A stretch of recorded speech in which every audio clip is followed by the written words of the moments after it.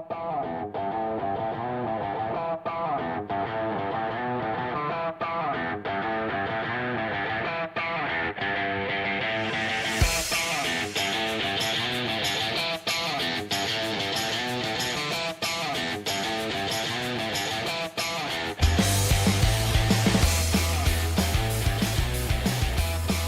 right, good morning, everyone. Welcome to Market Prep. I hope you guys are having an amazing morning. Hope you guys had an incredible weekend.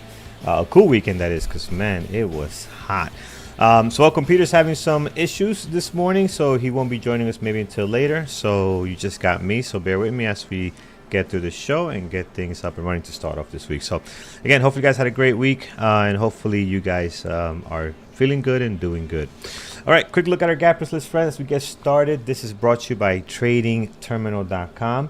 And again, a lot of new stuff coming to tradingterminal.com. A lot of upgrades continue to happen. So highly recommend you guys check that out when you get a chance. It's an amazing website, and it's only going to get better. Tyson said Peter was a good man. Peter was a good man. Yes, he was a good man. So a moment of silence for Peter. We'll do 2 seconds. There you go. Good man, good man. All right, he'll be back with us when he can. Look at our gappers list this morning. Things are actually kind of balanced out. Got some stuff in the green, some stuff in the red this morning, and we'll dive in. Again, a lot happening with all the geopolitical stuff, with U.S. strikes on Iran. You guys, I mean, this has really been the talks about everything over the last couple of days. And it's funny, we called it. We said if this is going to happen, it's going to happen during the week so the markets can stay somewhat calm. And if you look at this market, it has stayed somewhat calm. Like, it hasn't really done anything. So it's been pretty cool right here. Not a lot of movement up or down. Yes, a little bit of sell-off. Energy a little bit up this morning. You can see some of those tickers in the gappers list moving up a bit today. But for the most part, not an overreaction, right? So what's to come next, we'll see how things are going to driving things forward. So hopefully the diplomatic resolution to this. I mean, I know it's we don't want to see a full end war here. It's just not good. So hopefully they can figure this out. But for the most part, as far as markets go, we'll like to start with our gap up list and see what we can find here. Then we'll move over to what's gapping down. We'll do a couple of these. I know a lot of them are energy tickers, and let's see how that's playing out. All right, starting with the first one here today, we'll look at CDTX to start off the week here. Up 87%, 1 million shares traded. That is looking pretty nice. So 1 million shares traded so far, up 90%. Float on this one is 7.6, so it's a little bit on the lower side. So you want to be a little bit careful there. All right, Peter's going to try to make it on his way here. Just text me. So yeah, CDTX up nicely here, and you can see the pre-market activity heavily in play. Low flow stock, guys, be very, very careful. This is not going to make my list. It's something that I normally don't look at, so I will be skipping on that one for now. I forgot to bring my YouTube chat up. I missed my guys here. Let me get my YouTube chat up. Bring that up right here so I can see what's happening there. I got my BBT chat up as well, so everything is kosher this morning. Man, it is hot here. You might hear my AC today. I have that thing on blast because these CPUs, they're like heaters, right? They do well in the wintertime. In the summertime, when it's already 80 something degrees and humid, they struggle, right? They're like a heater down here. So I got to keep that AC blasting to make sure I don't burn off the video cards here. All right. But yeah, CDTX is low flow stock in play, but I won't be keeping this one on my deck. 97 today in Maryland. Yeah, it's going to heat wave coming through pretty good here. All right, let's go to the next one here. We saw this one a couple of times. HUSA. This is up 30%, 1 million shares traded, as you can see here. And they doesn't look great. Another low flow stock. We've got a couple of these low flow stocks in the way. Well, I can't say in the way because they might be good for some people, but they're here this morning. I don't really like to trade these, so I won't be doing much with them. RBNE has been on our watches quite a bit. This is the one that has had a couple of, if you guys remember, they had a couple of splits, so stock splits. That's why you see the price kind of all over the place. So not a fan of it right now. Gonna skip on those first three. We'll go to the next one here. Is XEXEL. This doesn't look good. up 20%. Exelius Inc. up 20%, 384,000 shares traded. So you do got a little bit of volume here in the pre-market, kind of scattered. Again, not a low flow stock, sitting at 263 million shares traded, but for the most part, not one that I'm going to be looking at. So again, just nothing good here so far. All right, let's look at the next one. Indo. This is okay. Energy. Here's the energy one. This one looks actually pretty decent. Got a nice little pop here. They're trying to get going, take advantage of the situation that's taking place here. So it is up 20%, 2.1 million shares traded. Probably the best one we looked at off this list so far, unless you're looking at some low flow tickers that you would like. Again, normally I don't watch this, but today could be the day for some of these energy stocks to be in play. So maybe I'll put this one on deck as a secondary, and we'll see what happens here. INDO, they got some good volume this morning. They're up 20%. They've been moving well over the last couple of days, given all the geopolitical stuff that's taken place. So let's see what happens here on the secondary list for now. All right, heading back to our trading terminals gappers list, friends. Let's take a look here. We have Zeta, Z-E-T-A. This one is gapping up 16%, 1.3 million shares traded. You can see it on the daily here. They have been a little bit active the last couple of trading days. Let's look at the intraday action. How do they actually trade? Let's take a look here. Zeta. It's okay. A lot of fun in the pre-market. Pre-market looks great. Then market open, you kind of go sideways even with volume. So you're not really trading well intraday. And the daily kind of shows that a little bit. If you look at the daily, right, we're gapping up, but there's just not a whole lot of movement throughout the day here. Maybe that could change today as we go into their second day in play. Looks like on Friday you had 18 million. Let's see what it does today. You already have 1.3 million. If you like it, watch it, guys. It's not gonna be on my list. So not looking good right now. All right, let's take a look at the next one here. CERO.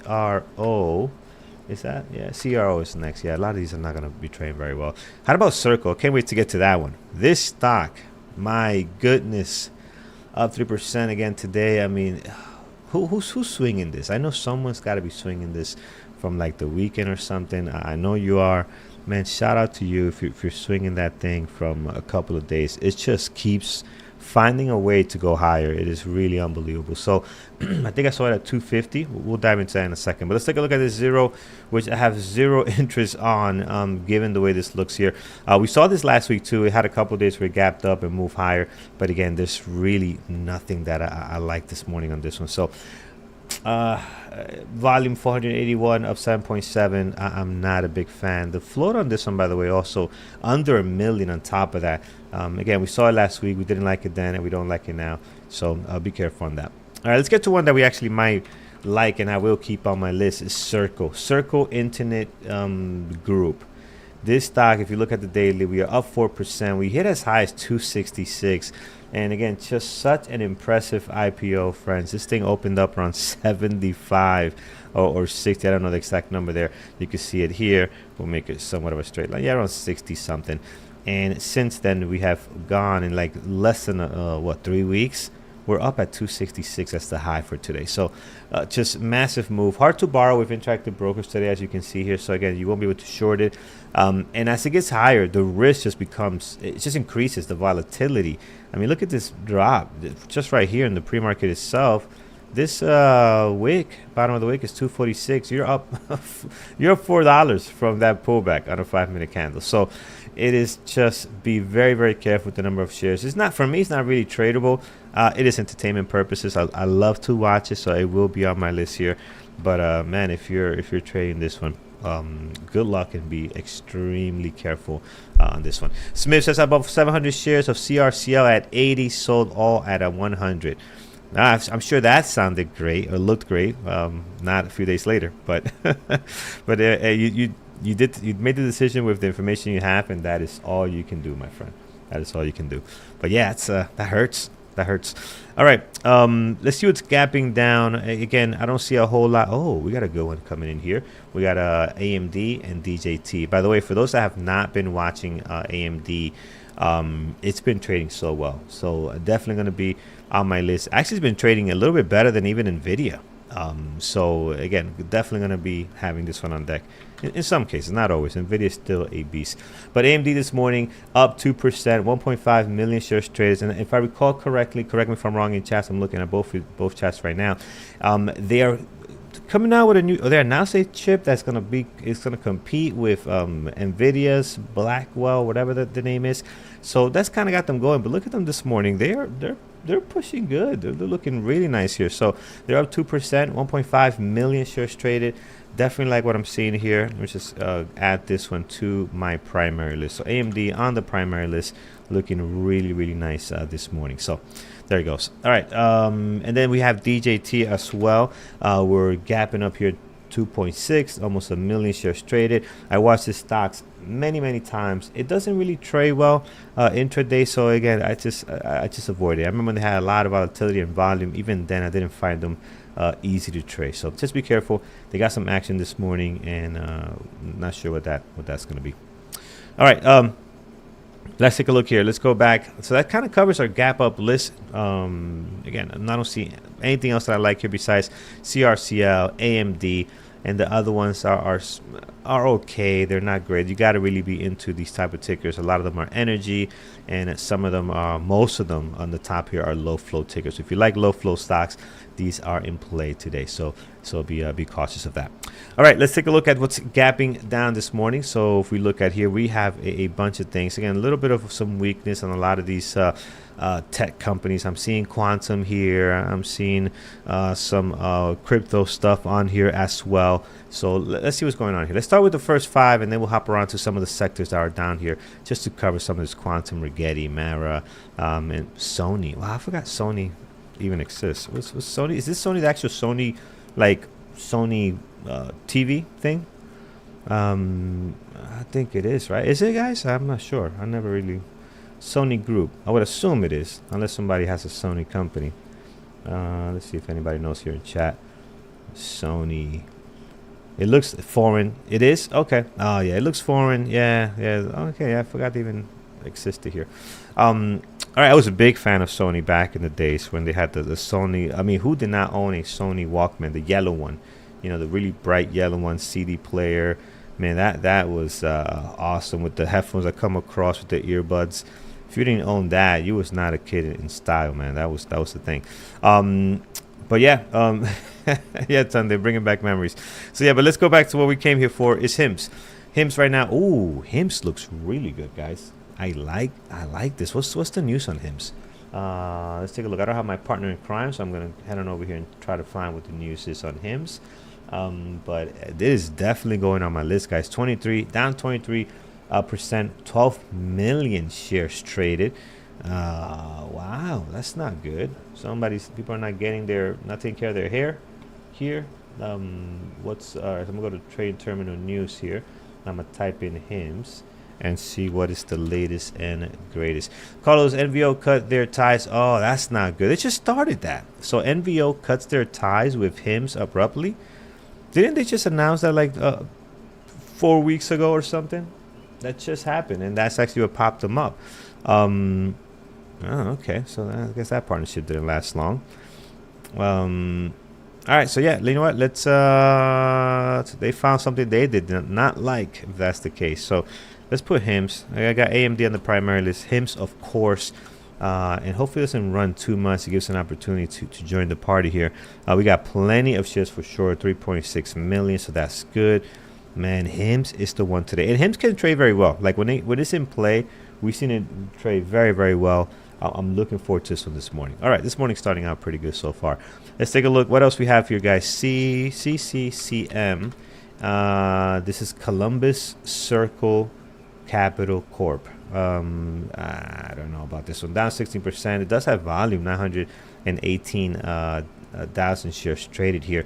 Daily looks a little bit messy. Normally they don't get a whole lot of volume. They haven't gotten above 2 million shares in the last couple of days.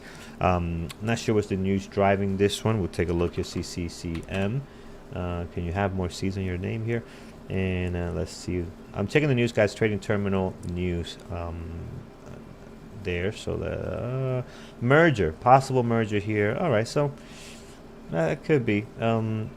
Largest initial fundraising in history for public Bitcoin treasury company. I tell you, man, what company is not doing some kind of merger with Bitcoin? I mean, that is the thing. That's what's hot right now. As far as intraday action, I don't see anything I do like on this one, so I'm gonna keep it off my list and go on to the next one. All right, so on the next one here, we do have QUBT, which again has been very active over the last couple of days. We've seen some really good trading. We've seen a lot of volume out of it, so a lot of movement compared to like the Rigetti, Spaghetti, some other ones. This one has been doing really well. So again, I like this one. Down 10% right now, 1.7 million shares traded. Oh, that's a shame. No shares for short with Interactive Brokers, so that's not nice. Yeah, that kind of blows there. So can we still watch it? Maybe a secondary. Let's take a look here. Or maybe some other ones. Let's look at Rigetti. Maybe some other ones are doing a little bit better. So if we look at Rigetti, RGTI. So RGTI here. Yeah, see, RGTI has not really been in play. It's been pretty quiet compared to the rest of the quantum stuff. Carlos, I can join you if you want. Oh, yes. Andrew, the pre-market. That's beautiful, man. Yeah. Good morning. If you want, let me get you on here, man. No, absolutely, man. Appreciate that. This is always much better with two people and more fun for sure. Yeah, I know. It's let me share also my screen so we can go through some of the levels and stuff.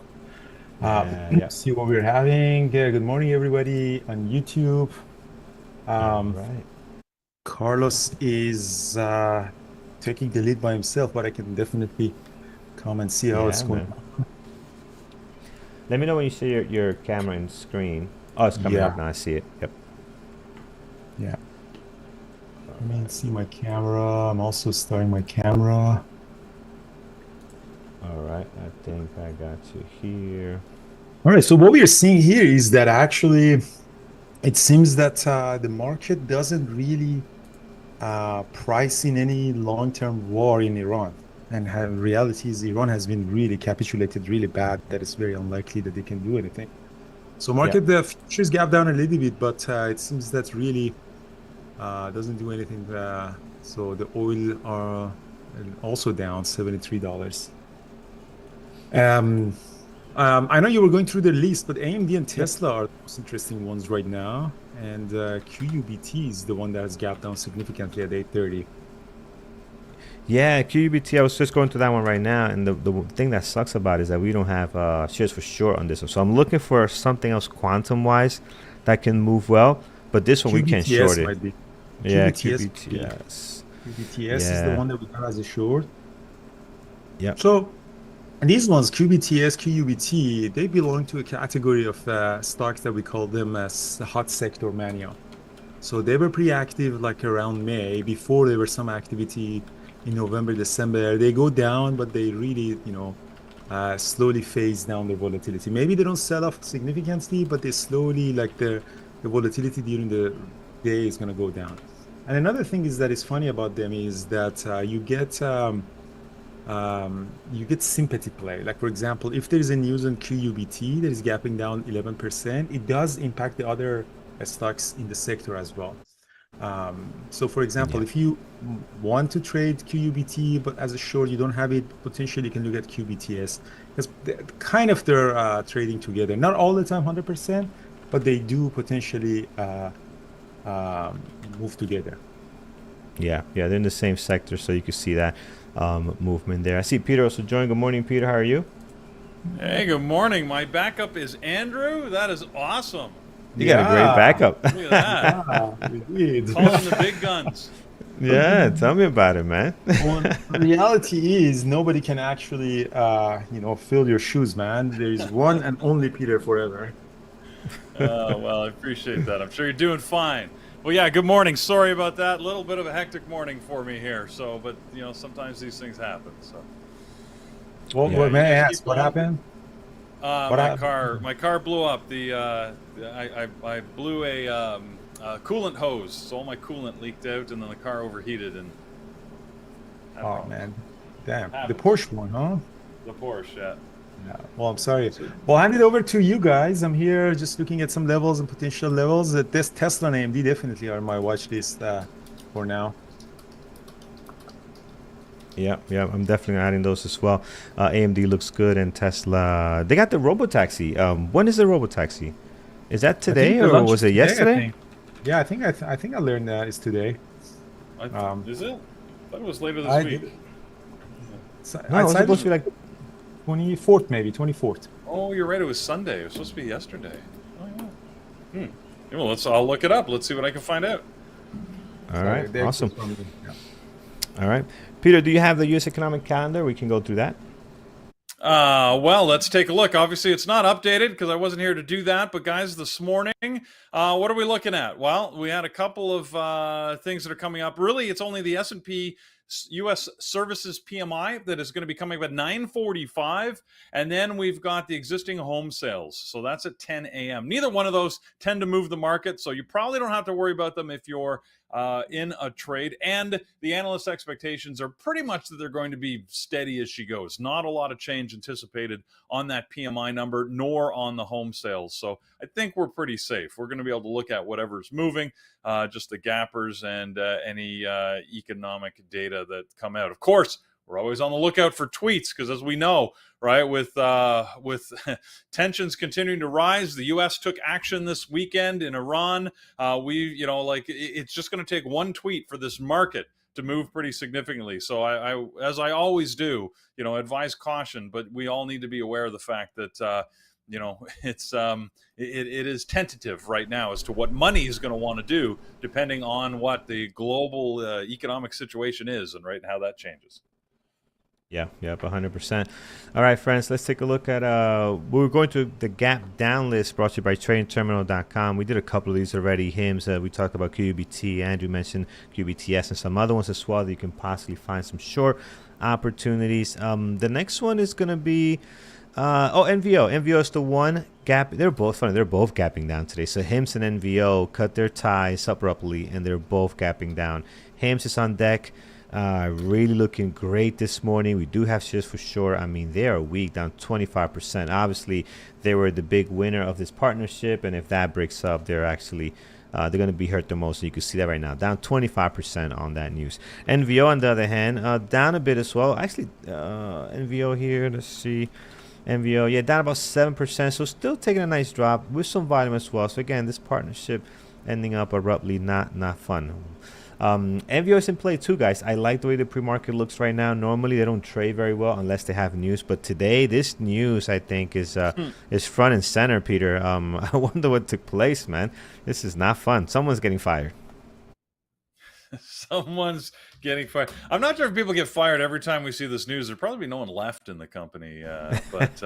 Anyways, this is the same news, I guess, with NVO, which is Novo Nordisk, and HIMS and HERS. So Novo Nordisk, they canceled their contract with HIMS and HERS, and apparently it was a surprise. Here's the big thing, right? The reason why they stated they were canceling the contract with HIMS and HERS is, and I quote, illegal mass compounding and deceptive marketing. Now, that as in of itself is not a clear statement, at least to my mind. So they don't say what this illegal mass compounding, that sounds like a fancy way of saying they inflated sales numbers. And deceptive marketing, obviously, we can understand a little bit better, but they didn't clarify exactly what they found deceptive about the marketing. Although, keep in mind, HIMS and HERS has had a problem in the past. Remember, they had, I think it was a hair growth product they had that was causing severe health issues with men in the past. Yeah, so, I remember that. Yeah, so HIMS and HERS has had marketing problems and drug issues in the drug issues. That sounds like they're an addict. Issues with their issued drugs in the past. So yeah, it's interesting that Novo Nordisk, they didn't try and work it out with them. They just sent them we're canceling our contract type letter and made it public. So that's a little abrupt. It shows that they were concerned about their reputation, I would say, more than the risk of, lawsuits or anything else for HIMS and HERS. So yeah, I would expect, we're going to hear more about this for sure. Who knows when? Yeah, because it was a big deal. yeah, they're going to release a press statement at some point to defend themselves. You got to imagine. So. Oh yeah, absolutely. Have you seen now the way they are doing ads? Like every time I was watching No, Prime or I Netflix, haven't. was it no Hulu? Was Hulu? I think it was. But other ones are doing it too. Okay. Once you hit pause to get a snack or something or go on a bathroom break, the ad comes up on the corner, and a hymns came up, and I'm Oh, like, what is that? Yeah, the minute really? you hit pause, an ad will come up saying hymns or something, whatever, and they kind of like a quick ad about their product. I'm like, man, it's just whatever way they can find to market to you. These marketing geniuses are figuring it out, man. They're just putting it in your face one way or the other. I mean, it's just Yeah. incredible. But So yeah, not pause good. isn't really pause anymore. No, pause says here's an ad for you. It's like a little Oh. ad. It's just. But yeah, it's no breaks, no chill. There's no chill when it comes to marketing with these people. All right, let's take a look here, guys. Look, going back to our trading terminal gappers list. Again, we looked through a few of these. Let's do one more. Then we're gonna hop around a little because I do want to look at crypto. I do want to look at SMCI, Rocket Lab. Some other ones are down here that tend to trade a little bit better based on how we trade, right? They match us more with our style. Let's look at OSCR. We saw this last week gapping up. Today's gapping down. We are down 5.3, 1.6 million shares traded. Daily is a little bit all over the place. Again, not really my type of trade here. Oscar Health is the company, Peter, if you remember. Any reason why we should watch this one today? Oscar Health. I thought I had it here. Oh no, I did not call it up. I'm catching up, everybody. So my apologies. Yeah, no worries, man. I don't see anything. I'm not sure why they're down. I don't see any new news, so it could very well be that they are, after that increase we saw last week, this is just sort of part of the pullback process. I mean, they Yeah. sort of had a pullback, as you can see on Friday, but I mean, not really, right? Because it gapped up so much, it actually held most of those gains. So there's a gap here that it could comfortably move in and still be above Thursday. Friday. What am I talking about? Wednesday's move higher. So I keep forgetting, right? Because we had Wednesday, then the holiday break, then trading on Yeah. Friday. Anyways, we'll get it right. Yep. We'll get it right eventually here. Let's take a look at what else we have. So off to the gappers list. Yeah, so I think that's pretty much it. It's a lot of quantum stuff on here, as you can see in the first couple of rows.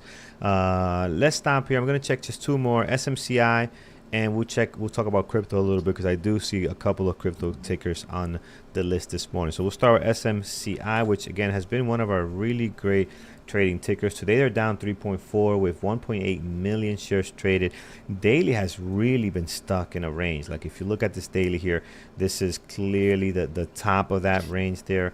A few days ago we popped up a little bit, but right back down to it.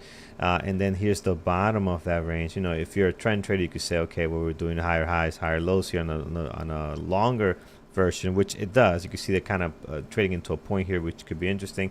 But today's action looks good, Peter. Any news behind it? We're down 3.2, 1.8 million shares traded. Yeah, I mean, I think this is just a secondary offering. They've announced that they're going to capitalize on the stock price going up, which is not surprising. Remember us reading, I mean, interesting company. They've promised big things, but this is one of these companies where there's like lots of family in there and they own parts of different companies and it's all overlapping. Anyways, they're taking advantage of the stock price and they're issuing $2 billion worth of convertible notes that come due in 2030. So they're not even that long term, really. They're about 5 years out. And, of course, as always, when you issue new stock, that has a dilutive effect on the current stock price. So I think that's what's happening. All right, there you go. As far as on the list, maybe a secondary, Peter. What's your thoughts on it? I think, you know what? It's funny because even as a secondary, it wouldn't look this good, but this is trading very well for that type of news. So I'm kind of surprised on how clean it is.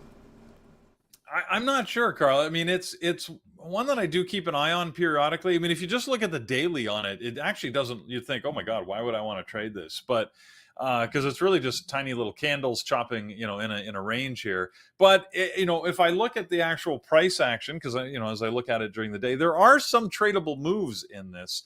Not as good as my good buddies, AMD and Nvidia, but still, Right. it's not that bad. There is opportunity if you're patient and willing to pick your spots.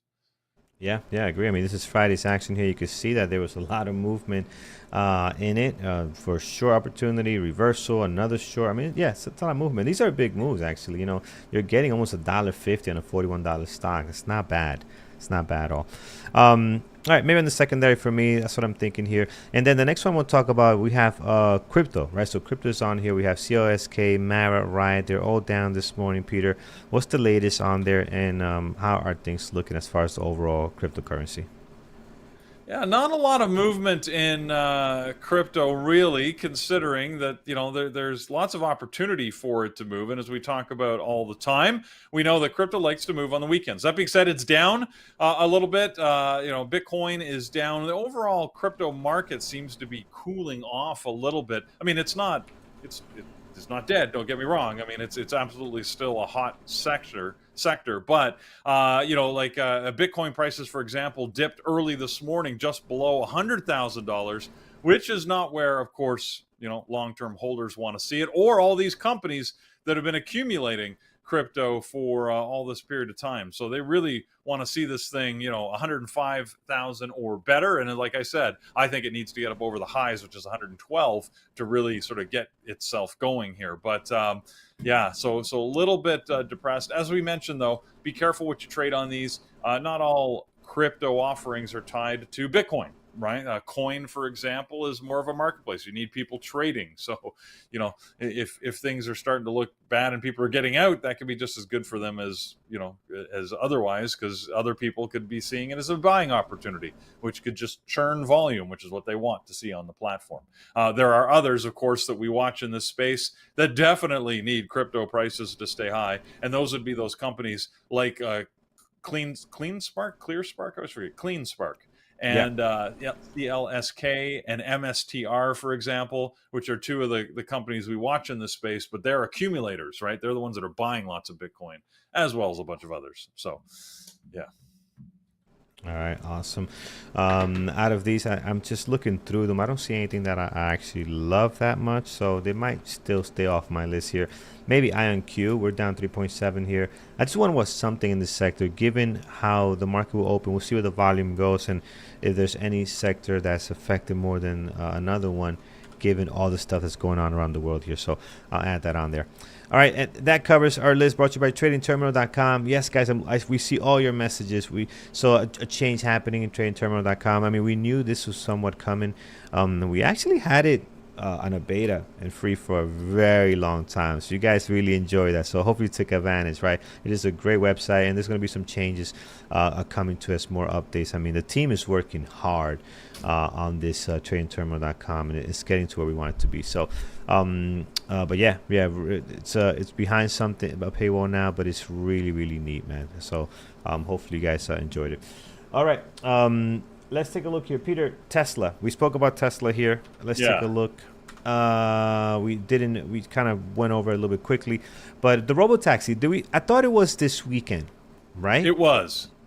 So here's what I've learned about it in the last few minutes while we've been talking. So the Robotaxis did launch yesterday. Elon proudly tweeted out that it began again yesterday afternoon with, of course, Carlos. Let me ask you. Could you guess, what do you think? He's issuing rides for a flat fee.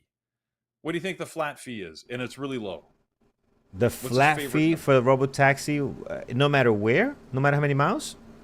What are we thinking here? Apparently not. No matter if they accept the trip. Just like anything, right? The beta testing and everything. I'm gonna say $12.99. No, again. What's his favorite number? $4.20. $4.20.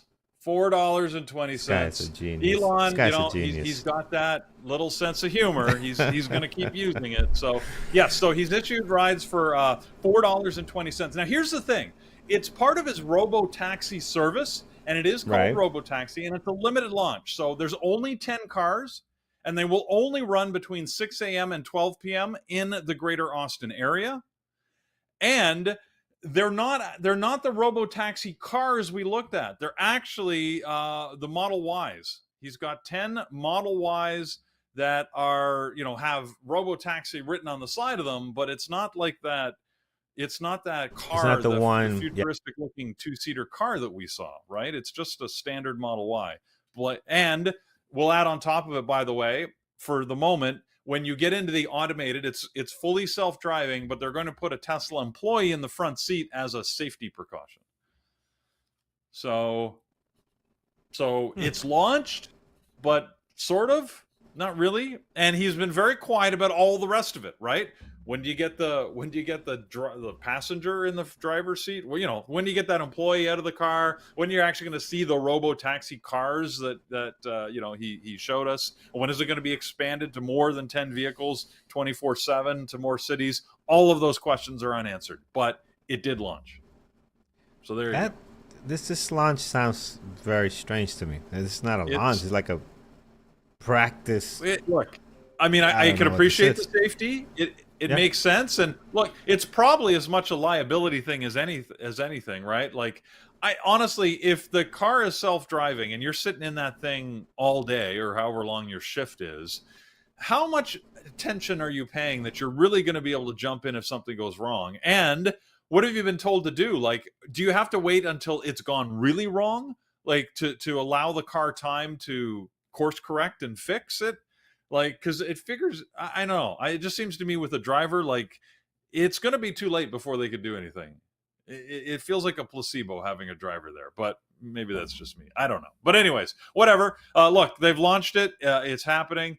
Interesting that they've gone with you know, this approach. But you know, hey, look, Tesla's stock is actually gapping higher because I think the fact that it actually launched gives all the fans, right, a sigh of relief that they can say, okay, look, it launched. You know, you can say it launched, period, full stop. There's a giant asterisk on that, as we just talked about. But, you know, hey, don't bother me with the details. That's it. All right, we'll see how that goes. So $4.20 will get you from point A to point B. With some stranger inside as well. So we'll see what happens. See how it goes. All right, friends. You remember talking about when Waymo launched it all? What are you thinking? I'm a Tesla Elon here. See, this is you guys. I love how everybody likes to interpret statements. I'm not. I'm giving you the facts. These are the facts. I'm just saying this is how he launched it. He launched it. It's out there. You know, so it is what it is. What I want to know is. All right. Well, you know, interpret my comments the way you will then. You know, Tesla's price, like we said, is up 1.6%. So it's up $5, which means that, you know, like so far it's doing okay. Now, of course, we got to remember the test comes when the big money hits the market, which happens, of course, at the opening bell in about 22 minutes. So let's see what happens. I'm gonna be watching Tesla. I definitely am not jumping in at the open because I think, you know, it could go either way. Like I really don't know what's gonna happen here. But agree. I like this comment too. Ben says they're there to protect the car as well. Lots of crazies out there. Yeah, 100%. There's a lot of. That's a good point. Like, actually, I hadn't thought about that. Yeah, they could be like they might actually be more security for the car than they are, like, you know, expected for the actual safety. 100%. These some make sure crazy someone doesn't get inside and start spray painting. Did you hear about the guy that tried to go into a church and got dismantled by a churchgoer? I think a churchgoer was locked and loaded, a few of them, and they saved the church and a couple of people. So, well, you can't say, you know, I'm trying to be nice in case somebody's watching with their kids, but you can look up the story. They got unalived is the word there. He was unalived? But he was unalived very quickly. So, man, I was like, people are not taking stuff as a joke anymore, even in churches. They're armed and ready. He suffered a RUD, as Elon would say at SpaceX. That's exactly what he suffered. So glad everybody's safe out there. All right. Hey, listen, Tesla's good. And and reason why we don't what's Waymo? We care about Elon and Tesla. That's more exciting. Waymo comes out with something like, we make money with Tesla, not with Waymo, so we don't care about those guys. You can't trade Waymo. Nah, I can't. So we don't care about that. All right, let's take a look here, friends. That is our list so far. I have AMD, HIMS, NVO. I am going to add Tesla because, again, we just love this one. And NVIDIA is another one that we usually look at, but NVIDIA, Peter, has not been front and center lately. We've been watching AMD has been doing much better. And today Yeah, today's looking good too. So I'm going with AMD, and I'm sure somebody will watch NVIDIA and they'll call it out if they see something. But for the most part, I'm good here. All right, let's take a look here. And what else? What else, Peter? What do you like this morning off the gap or the up or down list this morning? Yeah, I mean, look, I'm going to be cautiously watching everything here. It's very suspicious to me that Amazon is. Oh, it just moved. I was just watching. It was like exactly zero, break even. It just jumped up, so it's not right now. But anyways, just happened to be at that moment. Yeah, I think we're gonna watch the Magnificent Seven, see what happens. Whether you guys think I love or hate Tesla, I'm gonna be watching that for sure. PLTR, I don't think we talked about that this morning. PLTR had some good little bouncy moves, I thought, on Friday, so not a bad not a bad thing to watch. Who knows what it's going to do, if it's going to provide opportunity, but worth keeping an eye on. And then I saw some of our members watching quantum stocks, as often happens. So, whether it's the Ion Q or all the Qs, QBTS, QUBT, QB, what was the other one? QNTM? That was it, eh? Rigetti spaghetti. Rigetti, there's RGTI. There's anyways, there's all those. There's a bunch. All y'all. Yeah. So Yep. yeah. So anyways, keep an eye on. I'll keep an eye on probably QUBT and just see if anything happens. But again, I don't have any particular reason to believe anything's going to happen. But yeah, got to keep an eye. All right, friends. All right, let's take a look at what you guys like this morning. We'll take a couple here, and then we'll head over to our community events announcement for this beautiful, hot, humid Monday. Let's see what you guys like here this morning. Yeah, it's crazy throughout the country. Just spent 45 minutes standing in a parking lot, and it's it was hot and it's early, so yeah. All right, friends, let's see what else here. Tesla Tyson we do have, so that's good. Steve, I looked at Zeta, ZETA earlier. I didn't quite like it. It is in play. Again, big move here for the most part. So if you like this one, definitely watch it. It is in play, no question. 1.5 million shares traded, up 15%. And the float on this is actually not a low flow stock. It's sitting at 207. So could be interesting. Again, I prefer to have some of the other stuff I look at here. Oxy, people were asking me, what energy stocks? So Steve, what energy stocks could be in play? Oxy's one of them. They all slightly gapped up this morning between 2%. Some of them just even less than that. And they're just kind of waiting around. I think a lot of these are going to wait to see when the big volume, when the market open hits, what is the sentiment? What are we doing here? But you're right. We do like to trade Oxy. The few times this was in play, the sector was in play. Oxy's a good one that does get good volume and can trade very well. We haven't traded in a long time, but I think it's worth putting on the secondary list. And I have a lot on the secondary list. I'm going to clean that up. I have way too many, especially on the quantum tickers there. So I'll clean that up in a second. But I am going to throw Oxy here. And again, POTR has been our good buddy. I'm going to put that on the main list here. So we'll see what we can get out of that. What else, friends? We have AMD is good. There it is. Why is such a big arvo on NVIDIA? I'm sorry, on AMD. AMD's had the news, Peter. Was it the matching of the Blackwell chip? They're coming out with something that can rival it, or I think it is. I think that was the big news that got them going, right? Yeah, they did announce some new chips that are supposed to be coming out, and also there was some, I guess, some field testing that showed that their chips had a little better performance than were previously reported. So that got them they got them going as well. I'm trying to remember. There was also I thought there was a deal. They had another one of these deals where they were running. I can't find it now, so I don't remember what it was, but. Seems to me last week or something they also had a deal, but whatever, they seem to have some good news, and it's almost like too much of a move. It felt like a little bit, because I mean look how it's like it's moving up each day, but it's moving up on red candles. A little weird, right? It's very weird. Yeah. How it's like yeah, that tells you that there's a lot of uncertainty about this move. It's gapping up more overnight than it's holding. Although I don't know, like it's a little odd how it's moving. So we'll see what happens. I like it up here at this level, but yeah, it could heavily move one way or the other. Oh, there you go. See, Chip, thank you. Chip is saying that fresh news with Microsoft Xbox chips. I thought I saw something that it didn't click in my head that it was Microsoft. But I mean, yeah, if they sort of win that contract or they're providing new chips for that would be that's obviously just a good bulk customer. I don't see that news here, but I'll take your word for it. Yep. Yeah. So there it is. I like AMD quite a bit. I think it looks pretty good here. All right, friends. I think we're set. Anything else? Anything else that we haven't covered yet? Hymns. Can hymns go lower? Bill is asking on YouTube. I think it can, man. I really think, this announcement, this catalyst is not good for them, and they better come out with something quick to address what the claims are being said here. So that's not going to be good. So I think it can go lower. Either way, I think we're going to see some great volatility. We might see a possible rising devil here opportunity at the market open.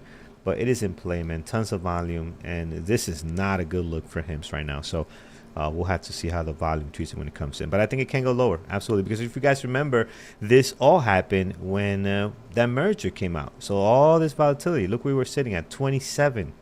We went up to 65, right, on this news and merger. So this is not good. This is not good. So we'll see what happens. But again, don't go in with a bias, go in with a thesis maybe, and let's see what the price action does, and let's be reactive to what's taking place, right? Let's not try to be heroes and guess what's going to happen. We don't know what's going to happen. Let's react to our strategies and so forth. All right, with that said, friends, let's get over to our not trading terminal. Let's go actually to bearwithtraders.com. You can click on webinars so you can see what's happening for the next 2 weeks on our schedule here. Always very, very busy, but Peter's going to take you through what's happening today, and then some of the memberships that we have available for you. Peter? All right, so we know Peter's, we know his car broke down. Is his house connection internet breakdown too? Then we have some internet connection breakdown with Peter. I'll take you through it as Peter resets. Is Peter a robot? Peter's a robot. He's a Optimus robot that just froze. Somebody's got to charge him up. All right, I'll take you through it, friends. Tonight we have today actually. Before we do that, we have options trading with Avi, so live trading session. Then we have also a book map session with Nathan, our good buddy there. He knows that platform very, very well. That's going to be at 12, and this happens every Monday. Well, why is this Tuesday here? We got to figure that part out. So we'll check on that. But this is happening for sure every Monday at 12. We do have Nathan with the book map session, and myself tonight at 8 p.m. Eastern time this evening. For those that join new, and if you're not new, you can still come and hang out with me. We're gonna have our members onboarding class, right? So come on in. We go through our environment, what to expect out of Bearwood Traders. I mean, it is really a great session for you to come in and see what we're all about. So I highly recommend, if you haven't done so already, we'll send a link. You can join the community for $19 for a whole week. You're gonna get access to a couple of classes. You're going to get access to the chat room, so you can come see our members and hang out with them and just see what the environment is like, and then you can see if this is a community that's right for you. So definitely check us out there. And then if you want to join us, there's a couple of memberships here that you can pick which one is the best fit for you. I highly recommend, this is my recommendation. People ask me, hey, what's the community like? I'm thinking of joining. Just pay the $99. This is like a subscription to a couple of streaming shows that you have already, Disney and all these other ones. Cancel those for a month, pause them, do this one, and just see what it's like. I mean, this is how you really get a feel, over a whole month of what the environment is like, right? So definitely check that out. I think it's going to be extremely useful. But if you just still want to get a little taste, you can do that. We have a special link for you. $19 gets you in for a week, gets you in to the chat room and some courses as well. Friends, take a look at tradingterminal.com. We have tons of information here for you that's available. I hear something. Yeah, I'm here. Oh, you're here. There you go. It's not my day. Clearly, it's not my day. I was trying to scratch out my license plate and just to show you guys a picture, and because people were asking, and everything fails, and then my computer crashed here, so I'll have to use this little window. So yeah, there was my car this morning. As you can see, it's usually not good when you got wet stuff coming out from look underneath at that. the car. So that's not good. So a lot of and yes, the engine is in the back. It is one of those. But anyway, so yeah, it's how hard is it to, when you send this picture earlier today, and so I'm like, man, that's got to be expensive, not just because of the Porsche, but also how difficult is it to work on this engine, man? I mean, that's a 420 horsepower engine shoved into the trunk, and it is impossible to work on because the bottom is sealed too, right? Like there's a flat plate underneath, So you can't get in either way. Like to work on these engines, they basically have to drop the engine every time. So yeah, it's goodness. it's a lot of work. And you can tell it gets hot. You probably can't Yeah. see here on the pics. There's a fan built into the trunk lid that actually pushes out the hot air. So when it overheats, man, it overheats. Ooh. So Yeah. I get it. Anyway. Yeah. Wow. Well, There it is, man. Problems of having a 911. Well, you know what? Largely the car has been foolproof. I haven't had many issues. Consider I've owned it for almost 20 years now. I've had very, very few problems. So you know what? It's due. It's due. Yeah, it's due. Hey, listen, man. Absolutely, everything's got to come to its maintenance to its time. I still don't got your camera, Peter. Oh, there you are. Got you front and center now. Friends, we are all set. Here's our my list right now. Actually, Peter, take us through the team's list, and then we will get ready for live trading. Yeah, are we getting close to the open? Okay, let's do that. Don't forget, it is a Monday, which means we do have our onboarding class. I'll just give you that shout out, Carlos. Plus a couple of classes for our members during the day. If you want to attend those, they're for all members. Usually we have one at, is it 11 or noon? I'd have to, again, sorry, I'm a little behind here this morning, but we got those classes during the day. Check out the website, bearabletraders.com, and you can find all the information you need to know when all the webinars are happening. What I can tell you is the onboarding class is happening at 8 o'clock tonight, and that's with Carlos to bring anybody who's new or just wants a refresher on what you can get out of the chat room. You can get that tonight. And yes, we do have sessions at both 11 and 12 for our elite members. All right, let's take a look at, like you were saying, what is happening in the chat room. Let's and when everything crashed, of course, I got to get back into the chat room to be able to tell you. Our members are starting to get their list in. I've got it. Whoa, I've got an echo. All right. Sorry. Nathan is going to be looking at the Magnificent 7 stocks. So those are your top tech stocks plus AMD. Lenny's going to be watching AMD, Tesla, NVIDIA, QUBT, HIMS, and CRCL. Mike's going to be watching Tesla and the scanners, so keeping it focused. Phil's going to be watching Tesla, NVIDIA, AMD, Oxy, and Google. Jared is going to be watching HIMS, Tesla, OKLO, CRCL, ASTS, so that's the Space Mobile one, and AMD. Brendan's going to be watching AMD, NVIDIA, Circle, CRCL, HIMS, and Tesla. Brian is back. Everybody asked him about how his cruise went. He's going to be watching HIMS, OKLO, NVIDIA, Tesla, and AMD. Eamon's looking at a potential long on DKNG, so-called Donkey Kong, might also be watching Apple. And Andrew, who is here nice and early, and we appreciate that, was watching AMD, Tesla, OKLO, QUBT, and HIMS. And last but absolutely not least, Paris is watching HIMS, NVIDIA, Tesla, AMD, and CRCL. There you go. All right, awesome. Thank you, Peter. All right, friends, we're going to let you guys go. I see Andrew's got his screen ready. He was up and ready to go, so we'll let you trade live with him. Friends, if you want to see Andrew and Brian and others trade live, you can head over to bearwithtraders.com, click on that link for that membership up there, and you can see our friends trading live this morning.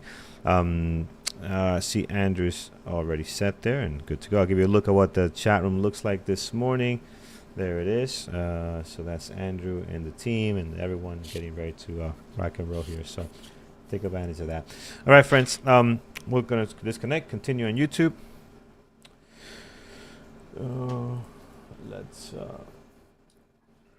Let's mute here. And all right, man. Let's get ready for the market open. Awesome. Yeah. What a day. What a day. You know what's even worse, Carlos? This is Murphy's Law, right? Yeah. So I knew that the car had. I got a message that the coolant level was low, but I didn't realize that it had busted and a hose had busted and I'd burnt it all up. So I drove into the Canadian Tire, which is where you can go here to get supplies. If you're Canadian, you'd know that. But anyways, and just I bought some coolant, and it's only when I poured the entire bottle of coolant in and it started to run at the bottom that I knew I had a problem. But the reason why I was doing that early this morning is because my wife was bringing her car in to get some maintenance. We have to replace the brakes and stuff. So I got the quote for that back already while I was driving back. That's like $2,500 worth of brakes. So it's a very expensive morning for me. I went from 2 cars to no cars. in about half an hour this morning. So Yeah, man. We sounds like we have to try to find one of these low flows that we can YOLO on. How about CTDX? We'll cover the bill easily on this year. yeah, there you go. Not usually the way that has worked for me. Yeah, I'll yeah. tell you right. It does not work. Trust me. I know. I know. All right, friends. A little less than 5 minutes to the market open. Should be a 2,500 Canadian, right? So Canadian. Canadian, yeah. Right. So a little bit less So in it's the like- U.S. Still Like, expensive. $2,000, $1,800, $2,000 US. Yeah. There you go.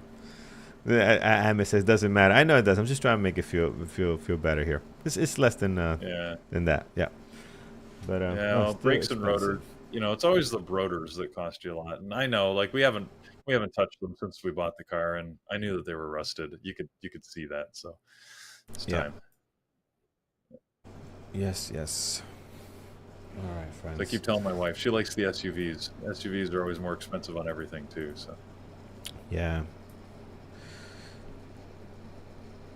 all right, Hymns. Carlos, what do you like this morning? What are you watching? I really like Yeah, hymns.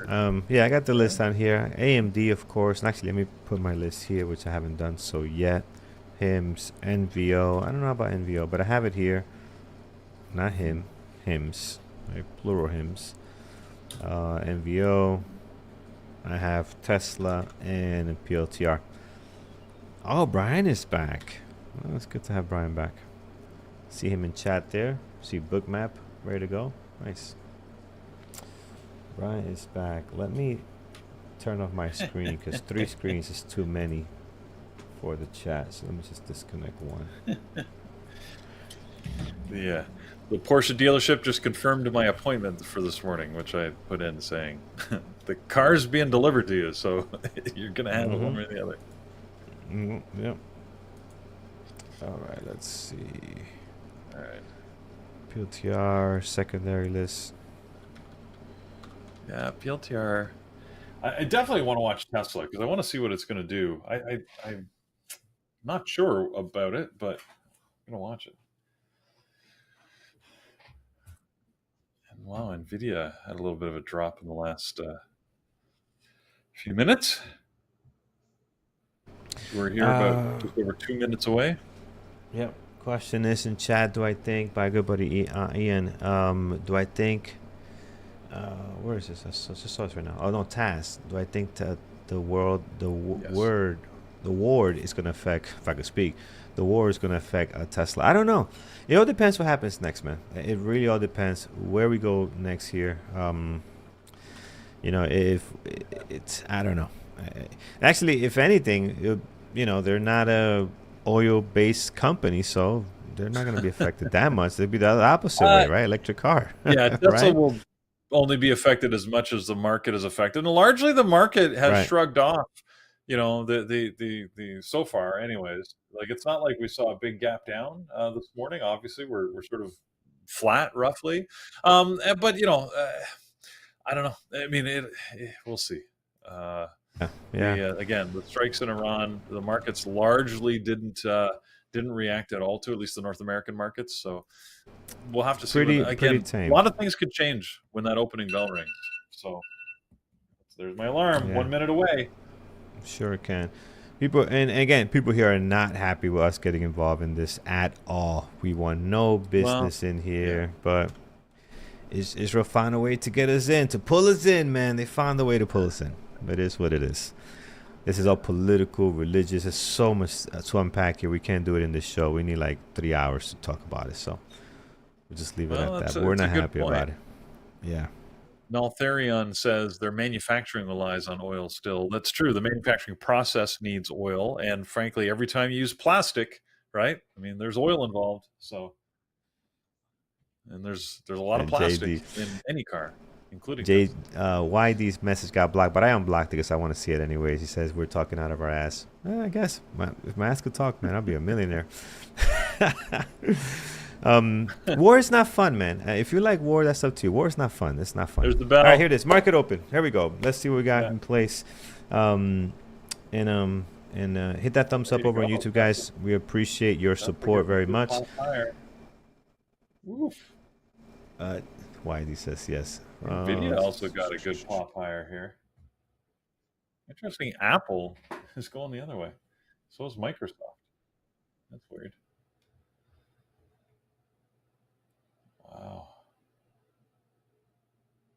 Wow, this is amazing. Yeah, Paul, they do need to do that. Tesla. How about HIMS? Let me look at HIMS. All right, so HIMS continues with the weakness. Oh man. Yeah. Continues here. All right, as usual, friends, I'm waiting 3 minutes before I take any trades. I know that can hurt me in some cases because some stuff will get going earlier, but it has proven in the past that is how I am more consistent, right? When I trade 3 minutes before the market open, doesn't go very well. Although last week we did have one trade, a minute two, and that worked out pretty good. So, not usually the case. YD says, love you guys still. Yeah, man, you know what? You can't be sensitive. You know, you're like your comment, like the comment when you said talking out of your ass, somebody would take it and be like, oh my God, you know, block this guy. No. Easy. Relax. Yeah, look. Like, we're trying to do our best to provide like reporting on what's happening, right? But, you know, it's happening is controversial. So and the good thing is that, you know, me and Peter, we understand there's different sizes, spectrums to everything, right? And we respect everybody's opinion, right? Like, don't be upset, right? And I know I'm not saying you're upset. I'm saying like somebody would take it that way, right? And we don't. Yeah. We don't. Very. Tesla, Carlos. I know, man. Tesla's rocking. Look at that. 336. I keep looking at him. Are you looking for a short on this? Are you looking for a pullback? I was, but you know, when it popped up to the 330, 331, I was waiting to see what it would do, but then it just continued to. It didn't look weak. Let's put it that way. So, and sure enough, up another $6 here. Wow. I mean, it is going against the market. So good for you, Tesla.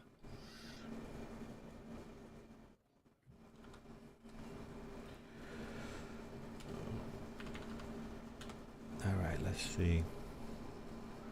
All right, coming up on minute 3 now, so I'm checking to see what a PLTR. I like PLTR for a possible 5-minute RB. It's above the view up nicely here. It could be a tough one though. PLTR can give you a really hard time in the first 45 to an hour, but I love this push above the view up here for a possible breakout. Let's see if it can hold. So I'm looking for a 5-minute ORB on this one. It's a little bit early yet, but it's got to stay above the VWAP, break above that 139.30. It's got to show some strength above here. So let's see. Right now it's not looking great. We'll come back to it. I've taken a short on Tesla now. And come on. Oh, Tesla. Nice. Oh no. Come on, Tesla. Google was like a short. Don't. It just stopped me out. What the heck? No? On Tesla? I got oh man, I got filled. Did you put the wrong stop? No, I think I was a little too aggressive at moving my stop to break even. It went down by like $1.50 from my entry, and then I said, okay, just in case this thing pops on me, I didn't want to get caught. But then it just came up and hit me before it dropped again. So oh man, it would have been good on this one. The dollar drop right now. Yeah. Peter. Yeah, it's okay. That is for this. I was in exactly the right spot. Look at here. Let me show you. The thought process was right here. Oh, PLTR fell apart, so that's no good there. Was, after this morning, man, like, HIMS is just no that. Pullbacks, guys, on HIMS. Google does look good. There was a possible entry there, but I missed that one. Look at that, Carlos. Look at that.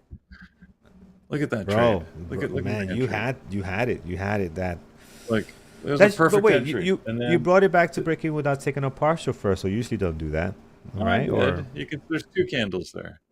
You can show my screen if I don't know if you've got. Oh, I'm sorry, I can't see it. Hold on, let me see it. Yep. It's okay. Oh, so the lower one was the. Okay, yeah. I'll zoom in here. The lower one was the partial, and then I said it just spiked up and took me out, and then it dropped. So I should have been more patient. Clearly, that's my bad. But yeah, I mean, I was there. I was right there. No, yeah, you took the trade. Peter took the trade. Hims pulling mean- back a little bit here. I think Hims might be a good pullback for a 5-minute RB breakdown. I think the stock is really weak. This is the pullback here. Can we get anything better? We're so far down from the VWAP given how much we sold off in the pre-market. We're not going to use the VWAP as our stop or anything at this point. You're using more some of these moving averages. But here's the pullback. Yeah, I'm going to go short. I want to see. I'm looking to go short on Hims. We're 45, 44. This is a great pullback. I'm going to go short here. Let's see if we can. Oh, look at those bids. Yes. Come on. Drop lower. It's big bid. See, we got at least 44.17. So we got a decent entry. Let's see if we can get lower here.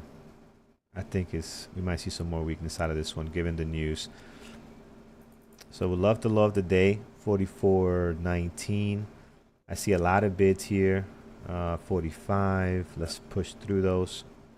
Look at that move. All right. Give me a nice little flush here.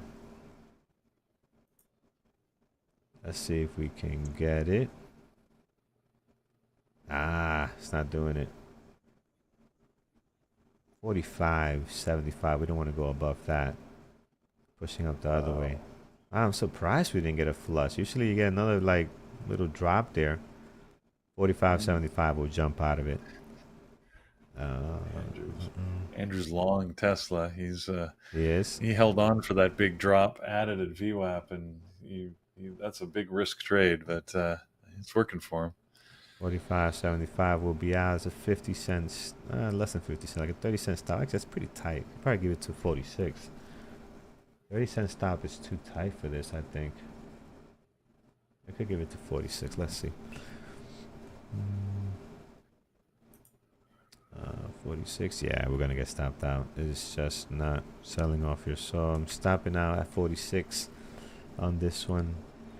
This could be a better pullback. Let's see if it's going to be right a little bit later. I was watching this energy ticker here. Off the gap. There's one of my secondary. INDO. Did actually take off here in the market open. But again, these are difficult to trade, so be very careful on that one. POTR, messy. You said Andrew's long Tesla? He is, yeah. I said he actually got long near the highs there, and then added when it hit VWAP. So I think his average is he's now in the green. But that would have been that would have made me very nervous, that trade. Do I have a mentorship program? I used to, Ali, and I used to love help people, man. And my mentorship program was so cheap. I mean, I was literally giving it away, giving my time away as just to help people. But it's so time consuming. Like if you do it right, it takes a lot of time. Like just with a couple of people, man, you're spending time. If you do it right. Some people that just do it and whatever, but not in our team, obviously. But if you do it right, it's time consuming. So I can't do it right now. But eventually I want to get back to it. It'll just be a couple of people though, right? And it'll be like I'll do it for like 5 weeks, 6 weeks or something or less, and then allow other people to join, give the opportunity to help them out. Because to be honest, I can only give you so much. A lot of it is available to you, and a lot of it you're going to learn on your own. So it's just a little bit of guidance that you might need from someone. It's not, you don't need a whole bunch of stuff, right? Now, a professional like, Creda or any other psychologists, that's different. They're pros at what they're doing as far as psychology and everything. Sometimes you just need to have that one-on-one with someone that trades either similar to you do or has more experience than you do, and you need that one-on-one, right? So, yeah, I hope to go back to it in the future. I do. All right, I still like Hims short. I'm not sure here if I'm gonna join, but I think this is still a weak ticker. It's down 28% though. I like the. No, I'm gonna go short again. I do like the setup here. Oh, hold on. Hims, gotta reset it. Yeah, I'm gonna try another short on Hims with a better entry here. You know what? And actually, this is where probably if we didn't have such a sell-off, this is probably where the VWAP would have been somewhere here. Let's see. Let's see if this is gonna go to the low of the day. So we'll get one more shot here. We might just be too extended, Yeah, man. Down 28%. yeah, that's. Might be I a was little gonna too say much. Yeah. it looks good pattern-wise for a short. The problem with it being down almost 30% is It's a lot. took I'm down all. asking for a lot, right? I'm asking for too But much I out of mean, this stock. could work. Could work. Let's There see. you go. SMCI doing my move. Okay, we're getting a drop here. I would love to get to the low of the day. I think that was my initial target. I think that is where it should be. Let's see. I don't want to get greedy, but at the same time, I don't want to take it off too early, knowing the potential of the low of the day. And it might not be here. It actually might be somewhere here, right? Because we might not get this wick. So Yeah, that's what let's I go was thinking. 44.79. If we could get anywhere in that area, even 45, I'll take a partial. We're oh yes, that is good. I'm gonna take a partial here. I'm not gonna wait for 45 because that's almost 75 cents. I know. I don't No, want to talk about you it. do exactly what I do, right? You're like, you do the Uh, analysis and you're like, yeah, I'm gonna wait till it gets to this price, and then it drops yeah, then quickly, you and you're see. like, nope, taking it right now. Oh yeah, you see Taking 70 it right cents now. drop that fast. I mean, you got to take advantage. Yeah. There's no question. Let's see if the momentum continues. We need to see more weakness heading lower here. Let's see, it can go either way because we're down so much. Eventually, this comes into value. But those claims are very aggressive, though. And to do it in a company, this is not like a company that just came out of nowhere. Like him's been around for a while. So to put in those claims, that's concerning. Yeah. It's, And it's not like a hit piece, Peter. It's not like one of these short companies. What they call it? What we call them? The companies that do short pieces on companies on tickers that might be doing fraud. There's a name for it. I forget the name. Where's him value now? I don't know what the value is, to be honest, on Hims. All right, what are you doing here? Don't mess around, Hims. Don't mess around. Just give me a nice drop there. all right. I just got a Hindenburg message is from the one team. of them. Yes, short You got the sellers. car? Yeah, Hindenburg is one of them. They do short pieces on companies that might be doing fraud and stuff like that. This is not that. This is actually another company saying, "Hey, man, this is not going to work for us for these reasons." Yeah, That's this is not a short seller. This is yeah, like that a holds weight. partner That holds a who lot more said, weight. Yeah. yeah, that's a little worried. Citron, yeah, it's another one. There's another one that's got like a good name that when you hear it, it's like Hindenburg Wolf. is that one? That's another Yeah, one. there's Hindenburg. We heard that That's one the other. before. Yeah. Come on, baby. Give me 44.78. One shot. Just boom. 44.78. We'll be very happy. It wants to.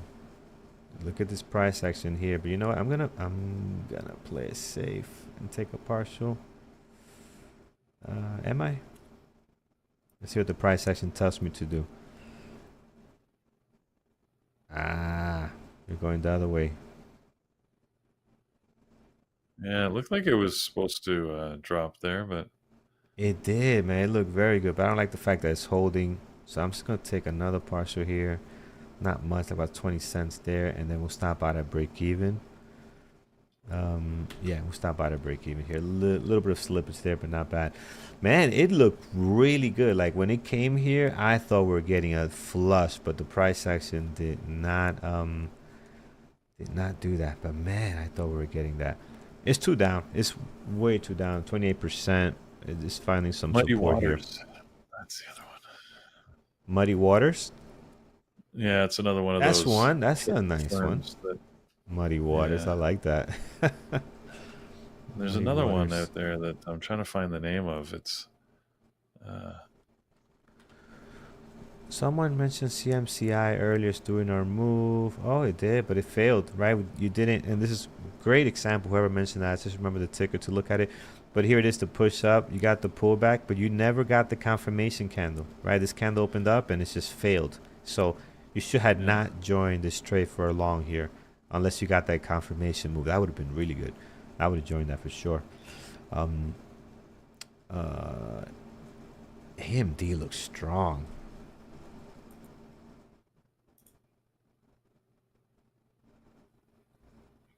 AMD. All right.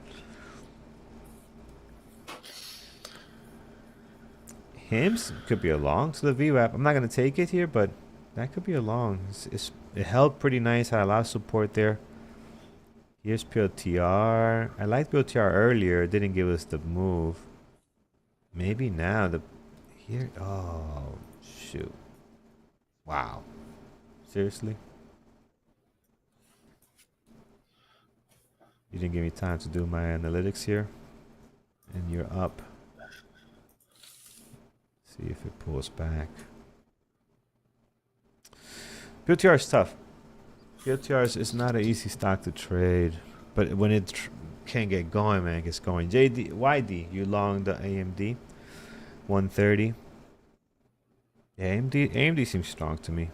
Nice, right off the lows. Very good, very good. Any partials yet? Hopefully you took a partial. That's a nice move into the high of the day. PLTR. Yeah, I'm looking at PLTR.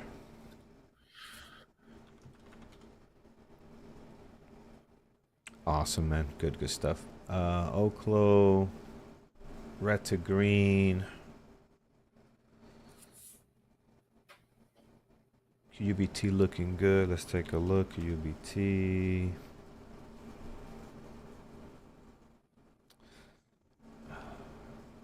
Tesla. Is Andrew in Tesla? I hope he is, because it looks like it's about to break out. Is he still in it?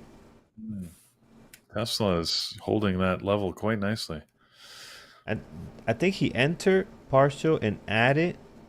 I hope that's what he did. And he's still in it. Oh, I don't know. I'm not sure. But man, here's the breakout. Hopefully he's in. NVO, no good right now. Hims.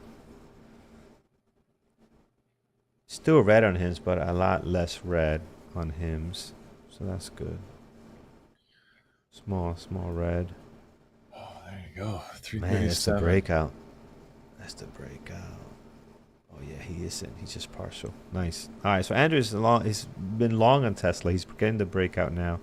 That looks great. Yep. So nice breakout there. I am looking for an opportunity here. I like Tesla long. I mean, sorry, not Tesla, AMD.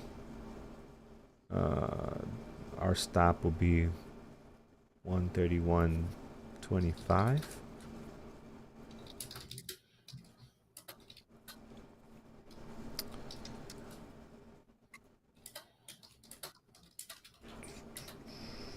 Let's see here.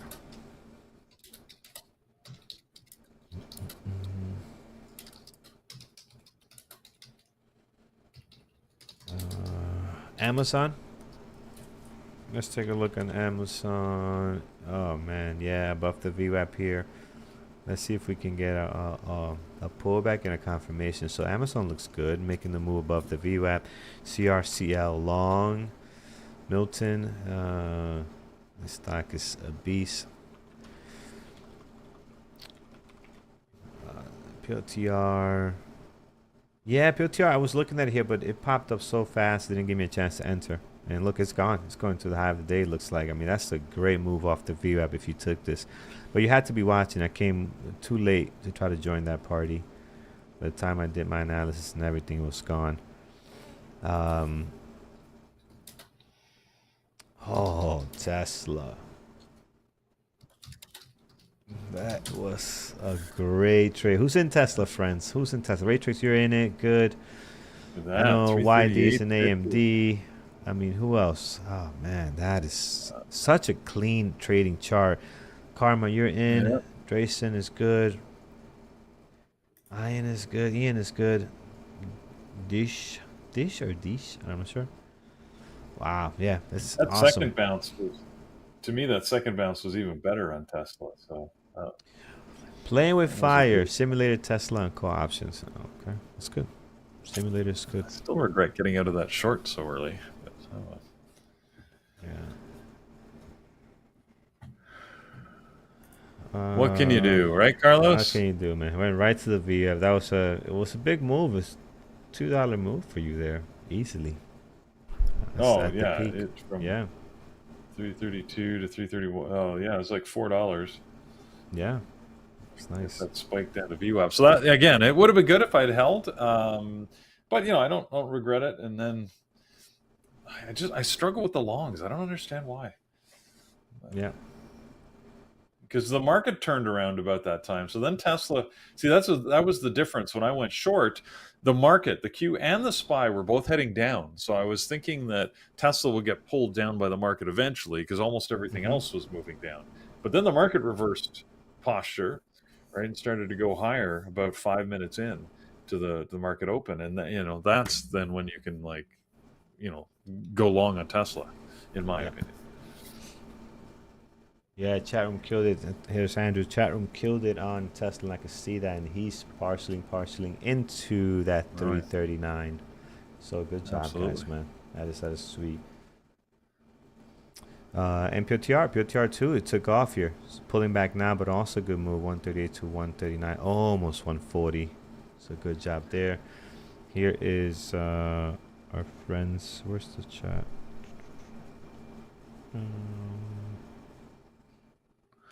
So, Carlos, here's something random. Have you brought your car in for servicing recently?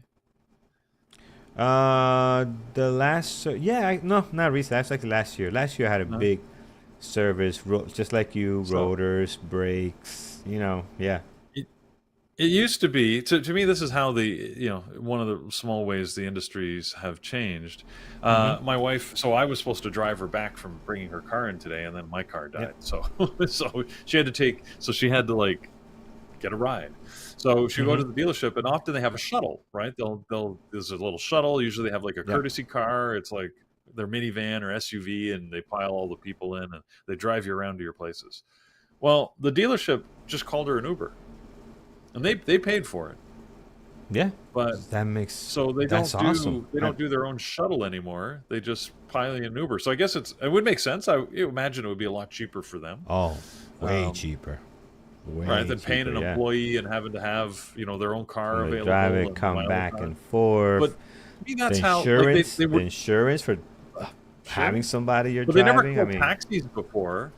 So they never called taxis before, but now they're calling Uber. So, like, to me, that's just how it's changed the industry, because it's just cheaper and more reliable nowadays to call an Uber than generally counting on a taxi, which is too bad for the taxi industry. You know what? But it's a good point. They could have done that before.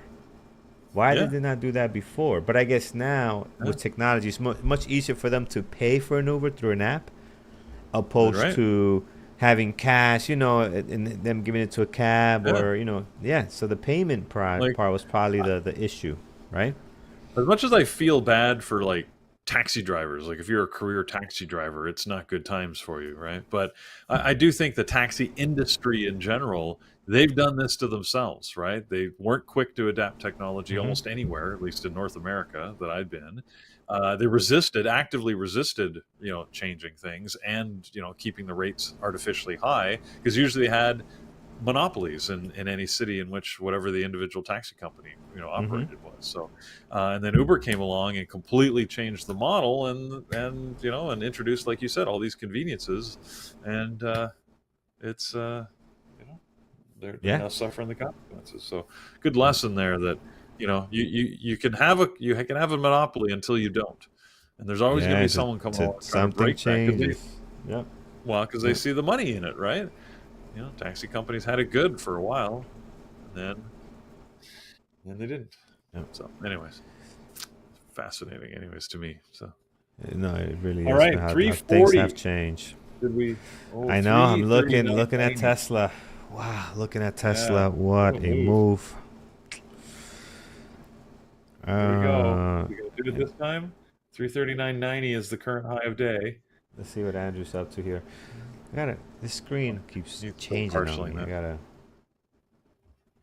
fix this. But here's the chat room. Here is Brian and Andrew, and here it is. So Andrew's looking for the break of 340. Again, he's been in here. I think he'll correct me later. Went in, partial, added, partial, and now we're looking for that break of 340. Let's see if we're gonna get it again. In there, you can see that there's another ad in here. Where? I don't right see when it he partial.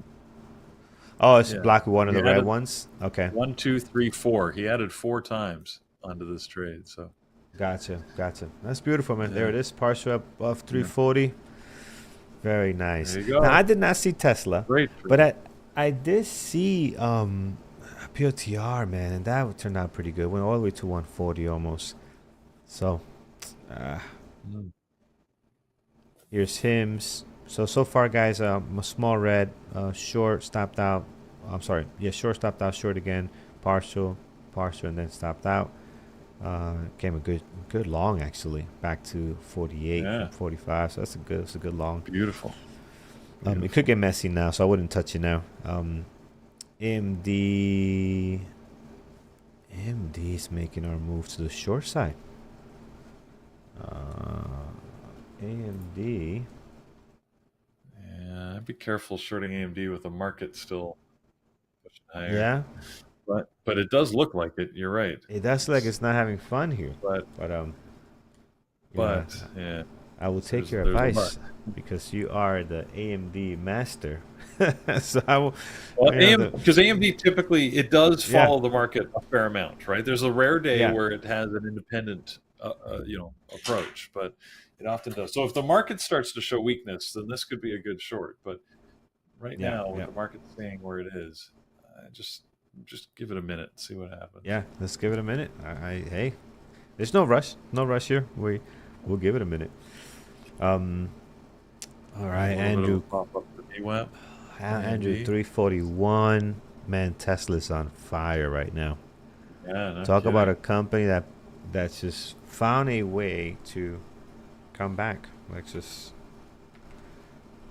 all this turmoil and all this stuff here down at 240. Just finding a way. At least still got some way to go to his highs here. But man, it is doing the right thing today. Doing the right thing today.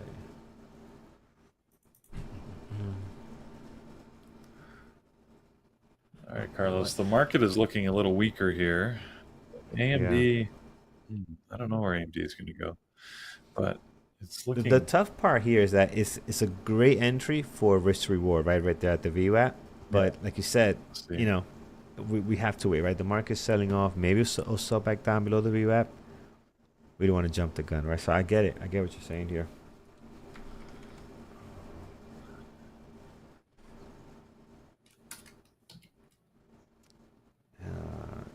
NVO trying to bounce back. Circle. Circle Internet Group. Oh, What my is it God. doing this morning? No. It is Let's see. back up to Yeah. 260. I think that's their all-time Open. highs. All-time Yes, high-ish. it is. You know, so Absolutely. I think they might have been higher in the pre-market. Yeah, in the pre-market today was a bit higher, about 266. But they're trying to get up there.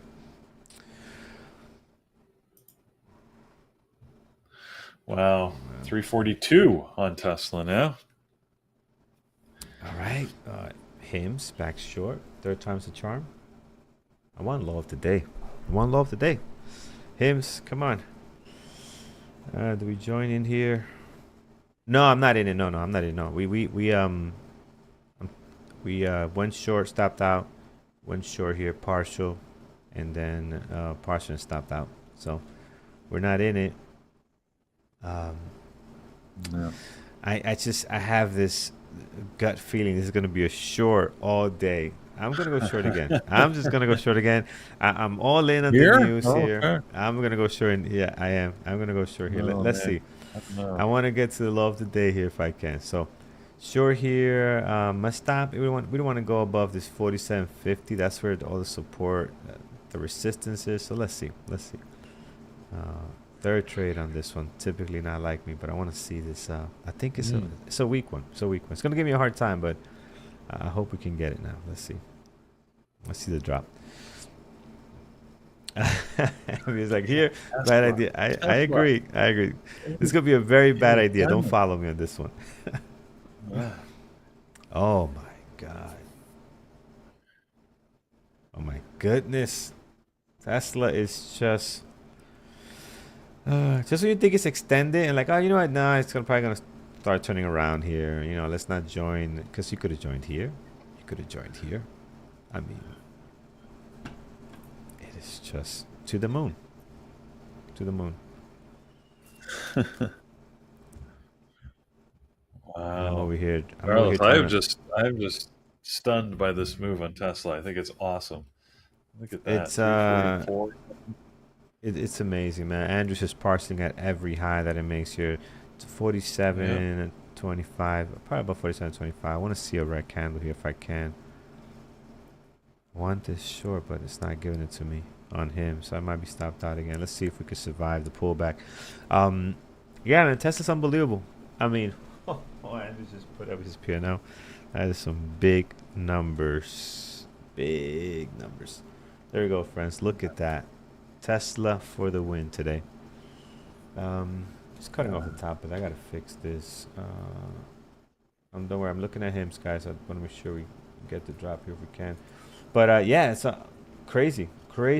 Tesla is just unreal. So Andrew will come on at 10:30 and talk about that a little bit later and what he saw there. But man, just the strength and him just stopping me out. Let's take a look here. Oh, maybe it's gonna drop here. I like the price action. Can we go lower?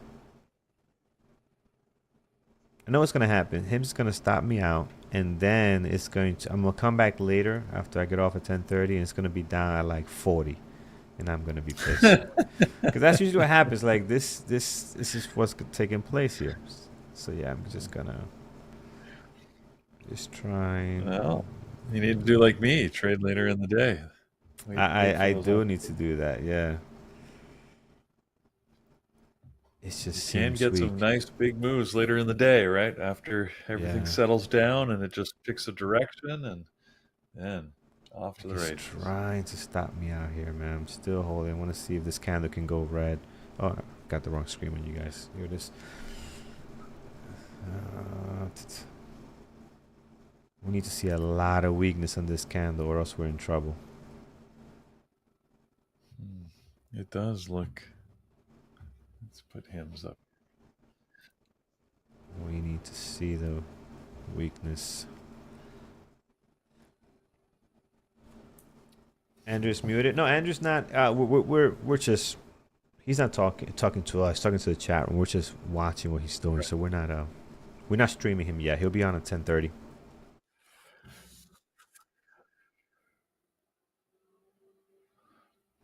Hymns.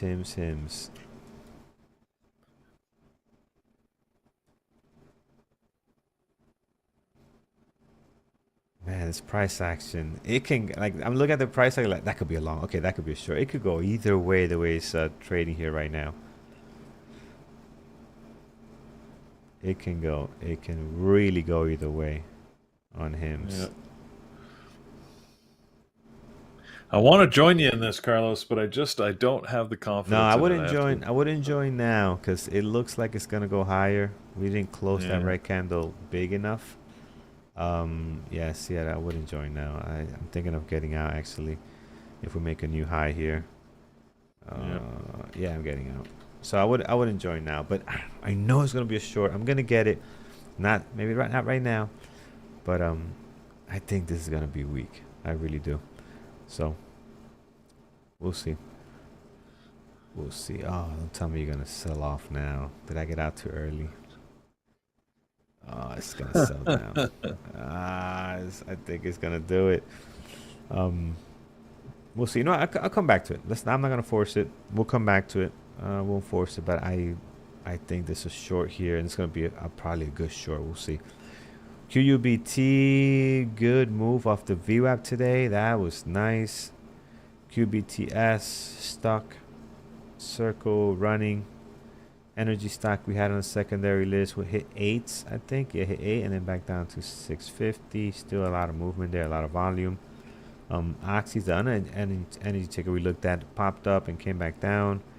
Ion Cube broke out as well. So our secondary, there's a lot of moves today, man. A lot of moves. I just don't know. I'm not getting the right ones today. There's a lot of moves here. NVO going higher.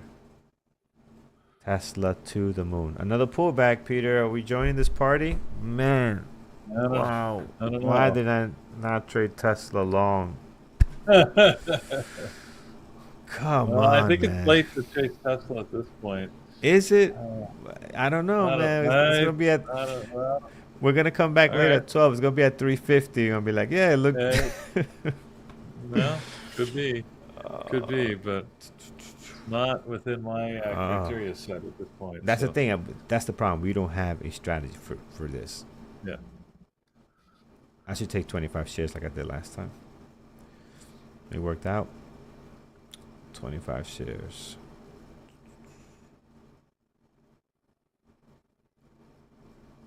Glad I got out of HIMS. Heading back up. AMD. Look, Peter, you was right. AMD, you know, we said hold off on the short. Pushed up here. I mean, the SPY is clearly helping it. This could be a good one here. Best risk to reward. The SPY took off after we had that conversation. So, yeah, like I said, AMD usually follows along. So, it's good. We stayed out of that one, anyways, for now. So that's good. Yeah. Trying to break the high of the day here. That could be a high of the day breakout. And you also have, if you play the 5-minute on the wicks, you also have a 5-minute RIB breakout here. Which again, you start losing power once you start getting closer to an past 45 minutes, past 30 minutes. You start losing it a little bit. But you got just a lot of possible resistance here for a possible breakout. So I just don't see that. I don't see like that explosion coming out of it if we do break out here. So I don't know. What does the daily look like? Oh, we got a nice level up there. This is gonna be last 132.86. Oh, that's a good level. That's the high from the last trading day. You still hanging on here in HIMS? No, I got out. I still think this is gonna be a thing, man. I just, It's consolidating now, so I like that. I think there's a big tray here. There's a big tray here that's gonna go really nice to the downside, but I don't want to keep taking stabs at it. It looks. Yeah, I don't know. No, again, who knows? But I think there is a big tray here. We'll have to see. But the market being so strong does not help the situation, though. Maybe we should wait for the market to sell off, and that can probably get the momentum to be lower. But and it's got to stay below the VWAP, right? I like this move here. Went to the VWAP, couldn't get above that, right back down. I probably joined the party too late, but was a chance there. We'll see. Oh, AMD. Oh, and the volume came in. AMD turned and burned. Turn and burn, baby. So it's hitting the high from Friday here. That's the high from Friday. That is a nice move there. NVO, nothing. Tesla just doing its thing. PLTR, messy. Had a great move here if you took advantage of this one. But after that, it's kind of been a little bit tougher to trade.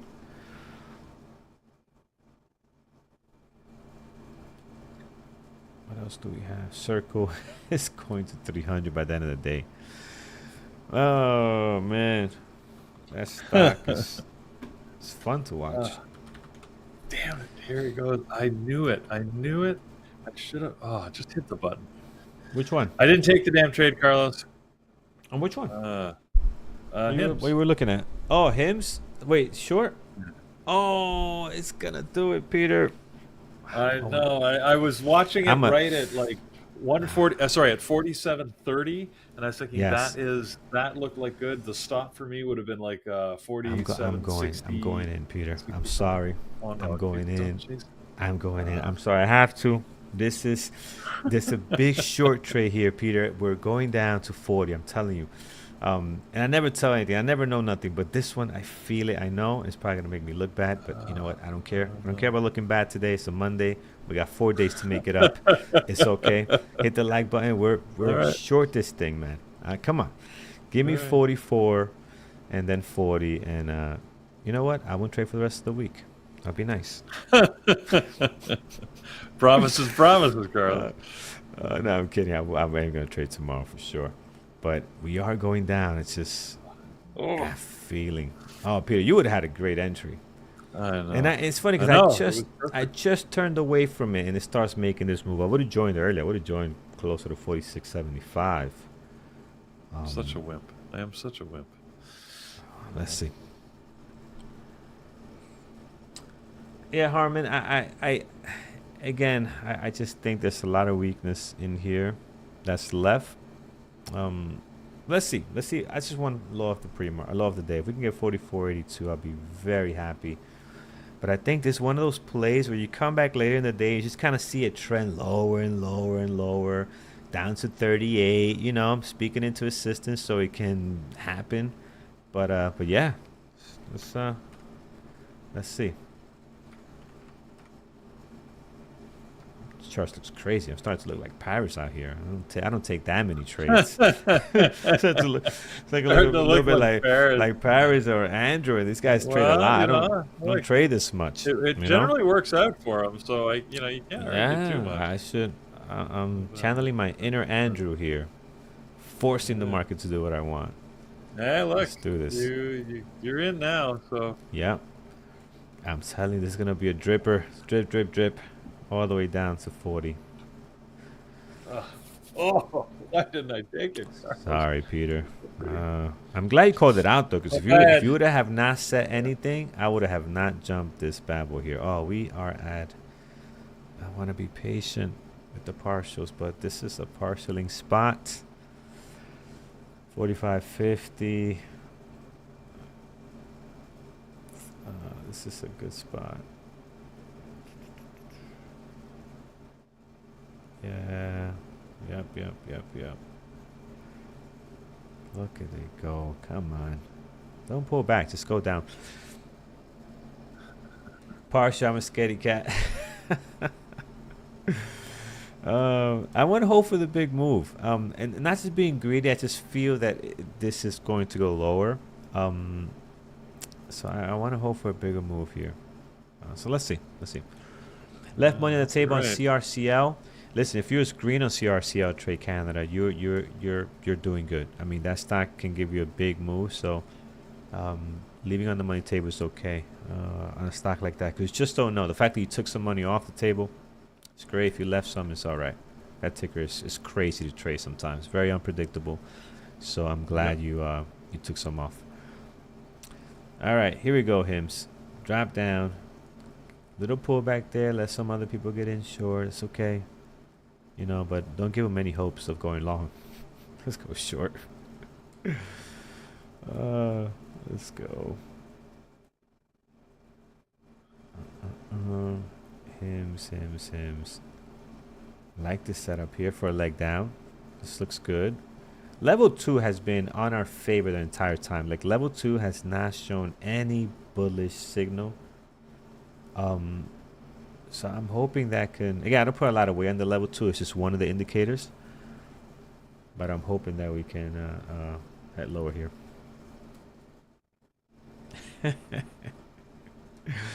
Umberto, your message got blocked, but that's a good one.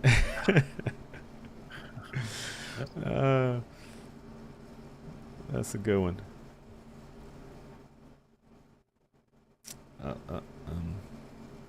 But we did get it.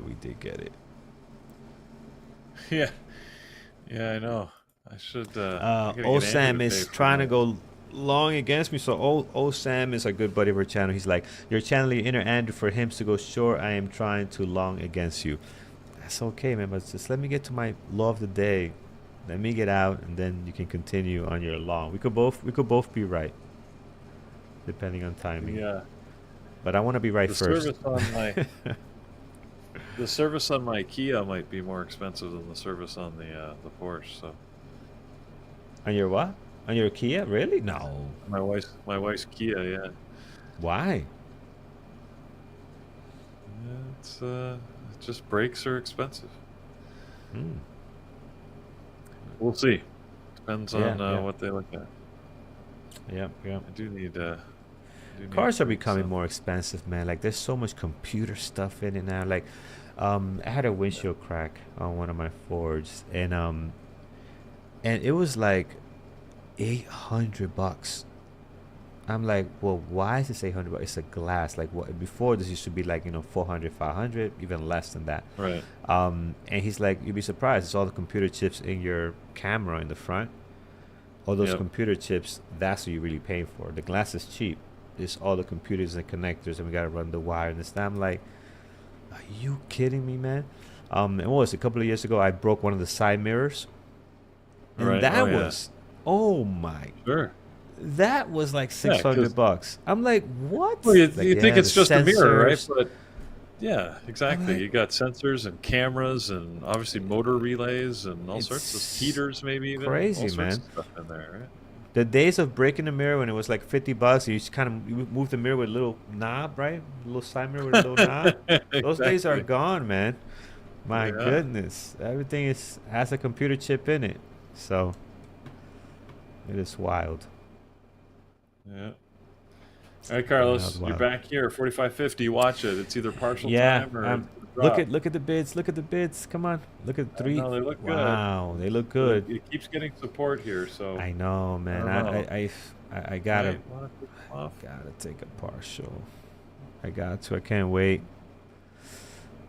Tesla Model X windshield is 1,500. I believe it. My Ford, my Ford Explorer is 800.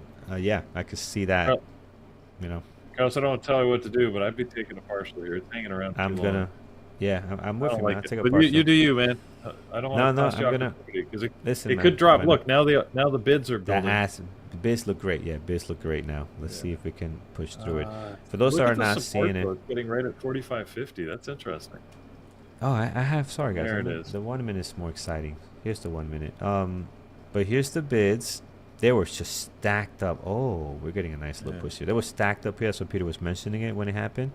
So let's see. So I took a partial either way. That was the right move. Because you're right, Peter. It was taking way too long. Like this is way too long. You don't want to get caught Yeah. in it. Oh, here it is, friends. Oh, get back down there. See, and then it pops back up again. So Get back down there. Yeah, price action is weird, and it pops up very aggressively. So yeah, that partial was neat. I should have done that actually. Actually, I waited too long. I should have done that here, because this could have been messy. Back up at 46, and here we go. I'm gonna hold off on the next partial a little bit. I want the low of the day, because I'm telling you, we're going down to 38, people. 38 on Hims. That is my call. Call your bookie. Put in your bets. And let's see here.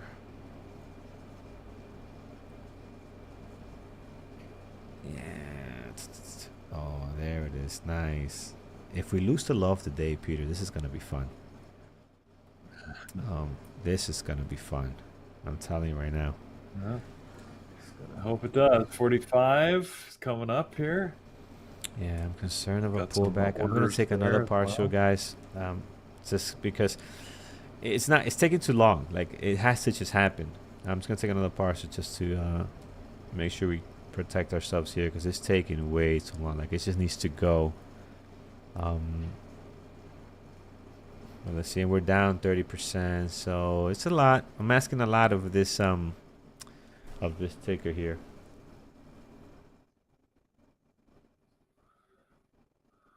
But that's it. After these two, yeah, Phoenix Capital, I agree 100%. After these two partials, I'm gonna be patient. We got not a nice cushion, a decent cushion on our entry.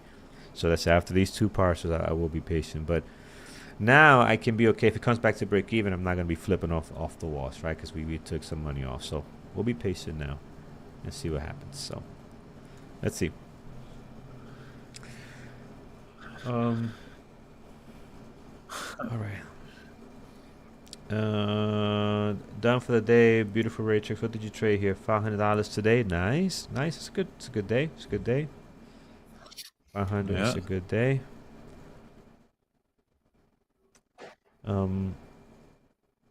Green. No, I'm like a little bit green, because we had 2 losses and 2 greens, but this green was not that big, so we were just like a little bit green with commissions who probably red, but that's why I took this partial here, because they got me to like kind of close to break even. So let's see if we can get the breakdown. It's struggling, like it wants to, but it's really having a hard time. So what I was gonna ask, I was gonna ask you guys, have you hit that thumbs up today? Yeah, that's what I was gonna look at. Let me see, 256 likes. We'd love to get to 400, guys. Just a couple of likes more, that's our goal, and usually puts in a very good spot for the day. So really appreciate it if you could take the opportunity to tell us thank you by hitting that thumbs up for being on with you guys. So we appreciate it. We really do. 257 with mine.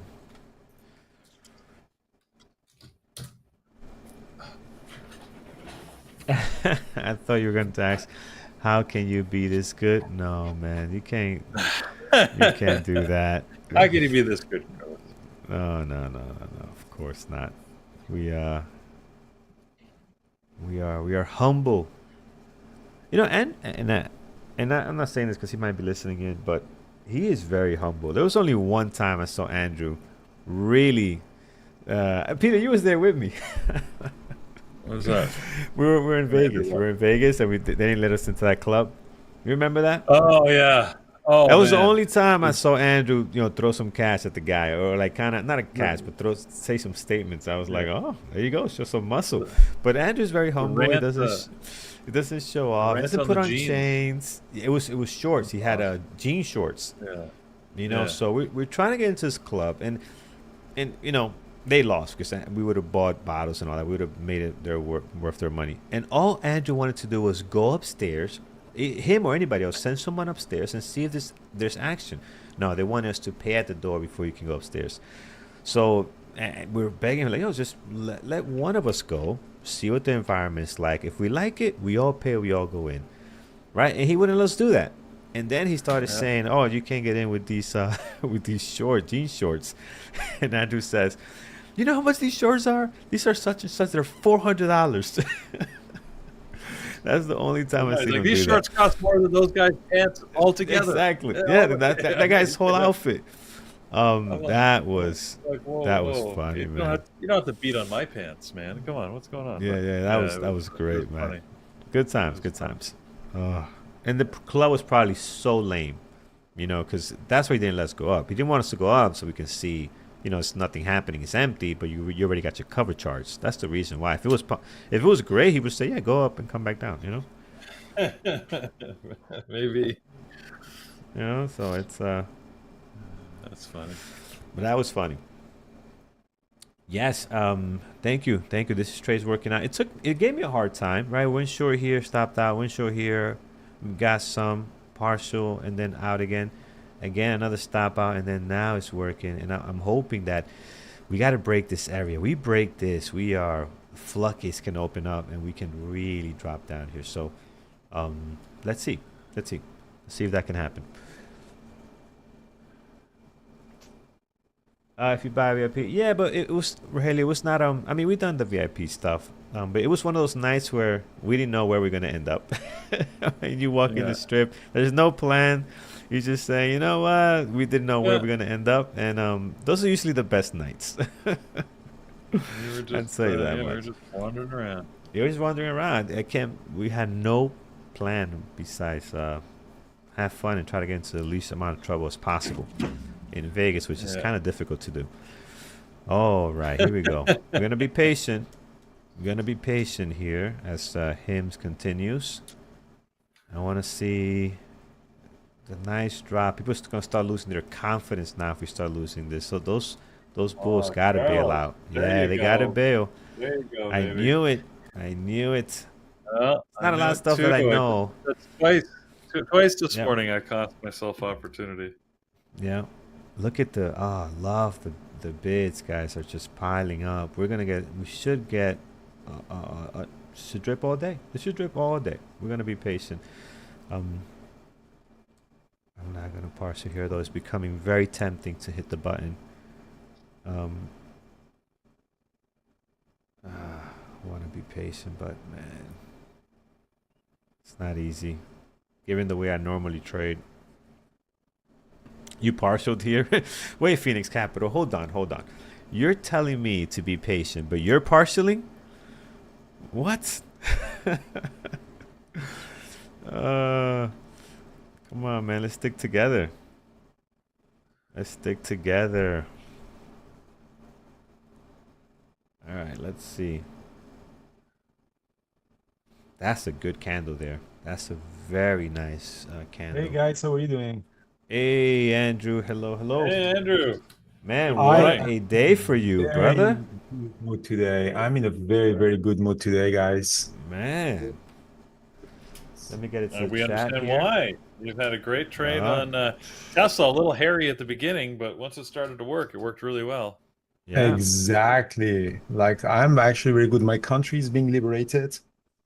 Tesla is How's ripping. family, Andrew, by the way? Everything good? There's no Everything is good. Like spillover? Yeah?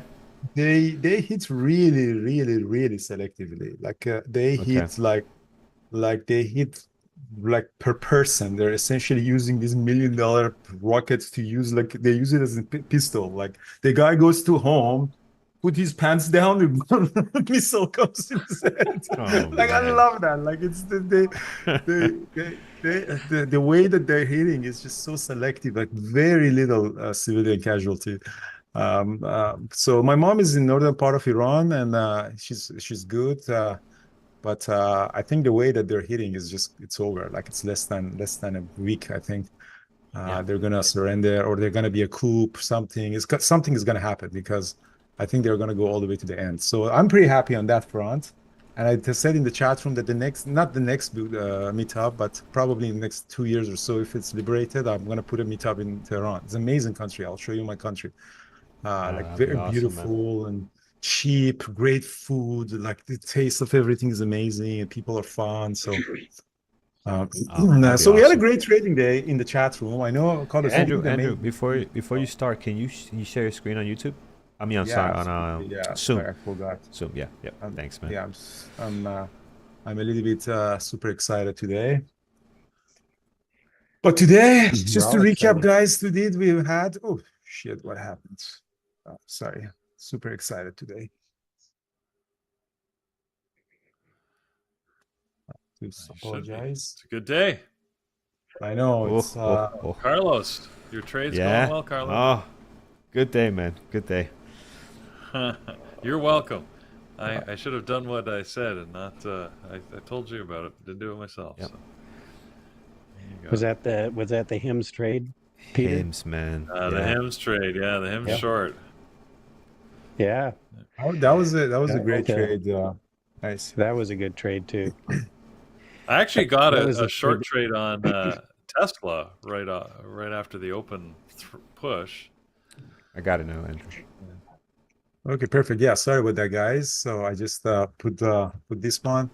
So to recap today, guys, Tesla is just ripping, and we had a really nice opening range breakout. Most of the people in the chat room. So again, I mentioned that, guys, be careful not to short this. I had $59,000 gain on it, and yeah, Tesla is I pretty much have nothing in there, so it was really good. So this is just ripping, like Robotaxi is there launching it and everything, and nobody dares to short it. Be careful shorting this one. It could be all-day runner. I know Paris at the open, he shorted that, but he, manage the risk and, flip your position. So one thing that I wanted to mention to the YouTube guys is that we had to put the trading terminal behind the paywall because we were distributing real-time data. And NASDAQ, as a licensing fee, requires to data not to be redistributed if it's free. You can, which is very expensive. You have to pay like $100,000 a month. Like Apple, Apple does that in your iPhone phone and stuff, $150,000, and you have to be either behind a paywall or you can do it for free. Same as Benzinga, as breaking news, they are not allowing it to be free. So we had to put this one behind the paywall, but I have some plans for Train Terminal at a reasonable price. I don't think I'm going to increase the price. So we're going to have the funded account in there. We're going to add a lot of things in the real-time simulator. We're going to actually have bookmap, that visualization in there as well. So in the next couple of months, we're working on it. I actually hired one of the traders at Barrel Traders. He, as the solution lead, and he's really running it, and it's amazing. So thanks for your support, guys, for all the way up to now. That was free. A lot of feedbacks, a lot of patience, and from now on we also keep working on it. And my team, some of the developers are in Iran right now, so the problem is that they didn't have access to internet, but now it's getting better, so they're connecting. So thanks for your really patience on that. Scanner is amazing. Like Scanner, I bought it from a German company, Chart Watchers, and it's the same as Trade Ideas. So I haven't really launched the campaign on it to show you how it works and make trade based on that, but that's what I'm going to do. Other than that, it's just amazing. We have journaling tool that we're using it on Bootcamp and funded accounts. We're going to launch it for people as well. And so slowly we're building it together. Trading Terminal is something that the community is building together. And your support is very much appreciated on that. So that's it. So that was it. So other than that, we're doing pretty good in life. Yep, pretty good day overall. I took the short on hymns. I was hoping for a bit of a pop at the open, but it was pretty clear from the price action we weren't going to get that. So just jumped in for a short, and that was a nice trade. Kind of felt like Tesla was one that really was the best trade, was the best trader of the day for sure.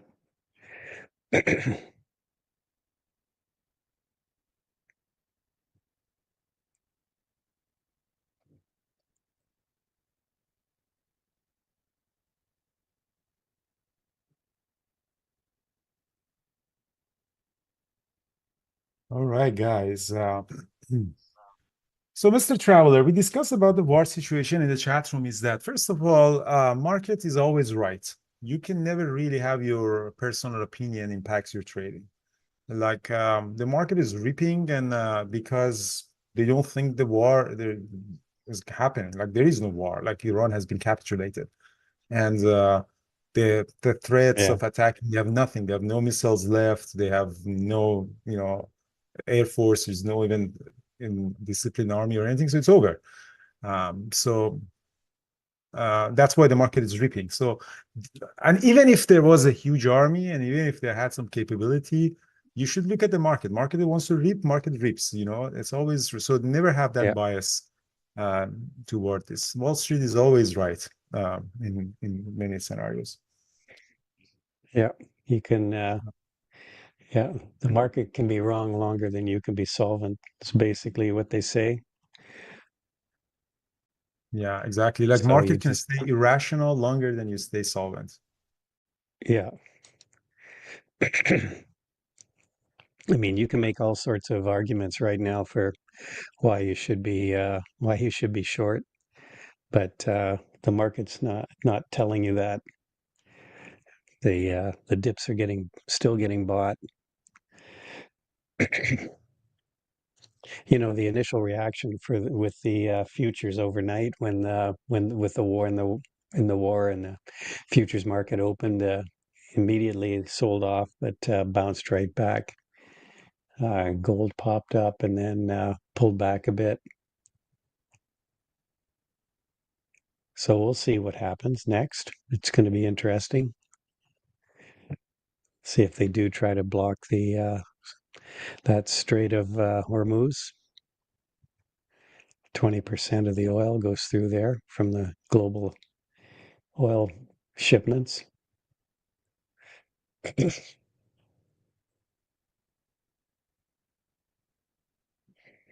Yeah, Tesla.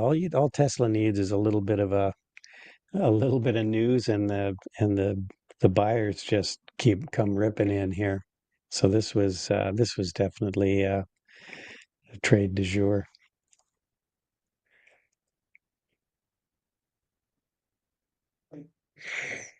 It's interesting. OKLO looks like it's getting ready to break down here on a. It's kind of right at a critical level right now for on a daily chart.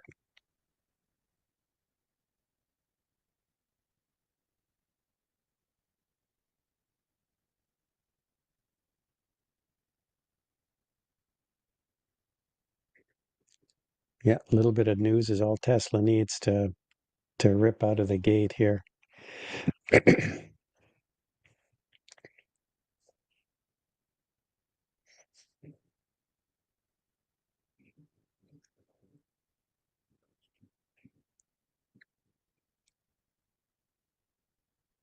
Awesome. Any question, guys, about trading today? Like it's just amazing. Like Tesla is just ripping. I think it's now up by 8%. I think we could be all day around at 360. I wouldn't be surprised if it goes today to 360.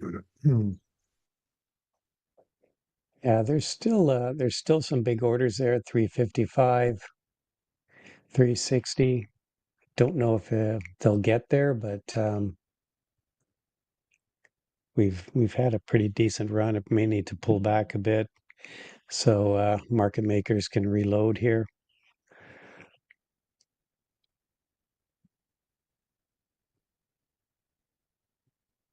Wow, Hims is just continued to sell off here.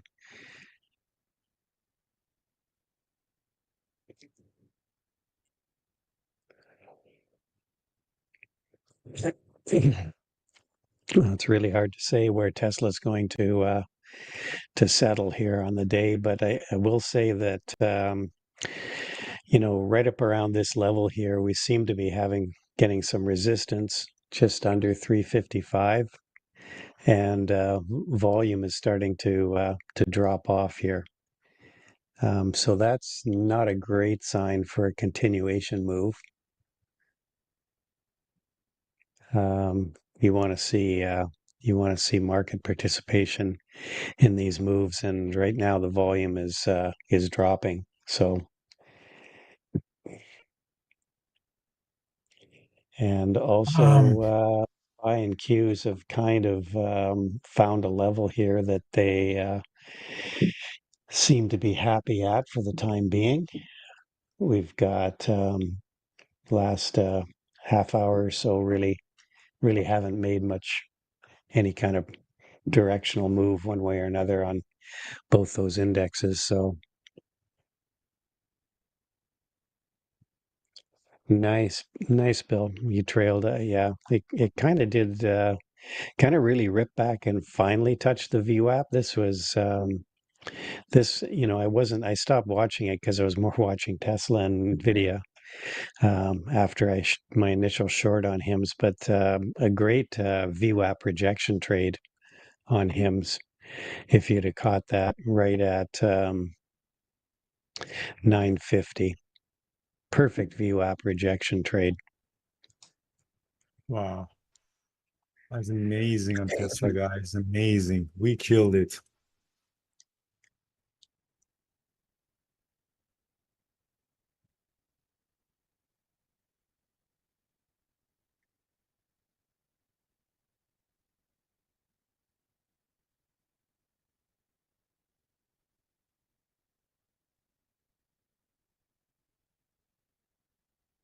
Yep. So somebody says, what was the rationale about it? So well, obviously, as Tesla was gapping up, opened very strong. It was a really nice 1 minute opinion range breakout. I kind of chased it. It's just, I should have known better. Like I shouldn't have chased it that, but the pattern was really nice 5 minute opinion range breakout. Like the pattern was there for trading. Like this is just a perfect example. I should have added way more on the way up. So I think 355 is going to be another thing. I don't have much left, but it's nice to put something at 355. Wow, amazing. Like there's really nothing left in my position, but 355, putting some over there as well. Yeah, I still have I have like 50 shares left on Tesla. Should have probably added more.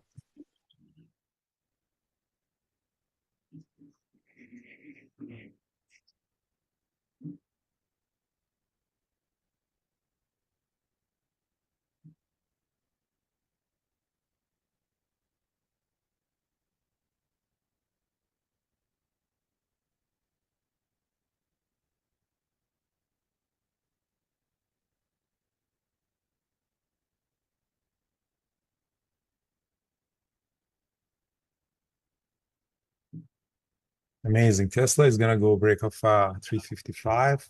Nothing is gonna stop today on Tesla. So up Now 10%. there's a real strong skew to on the options in the options market for for calls. A lot of open interest on the call side. Oh, yeah, no, don't short Mhm. Tesla. It's very, very difficult to short it Yeah, today. there's almost 12,000 open interest at 360, another 11,000 at 365.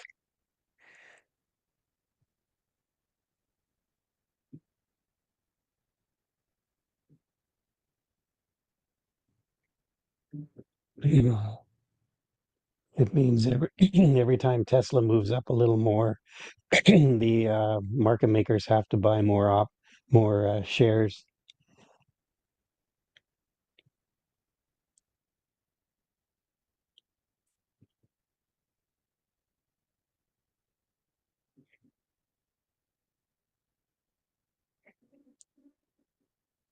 Mhm. That was amazing. What a great day. What a great week. And it's only Monday. And it's only Monday. Uh,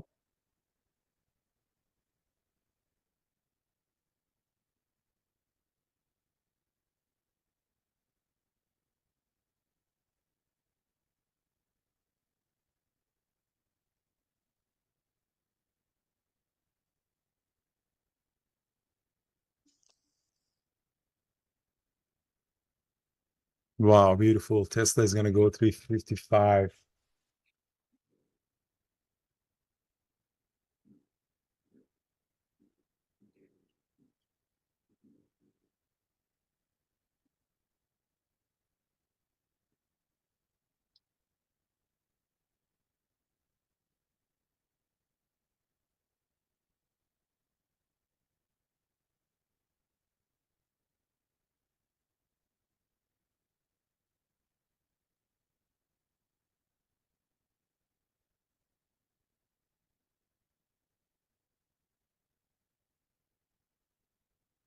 Very nice.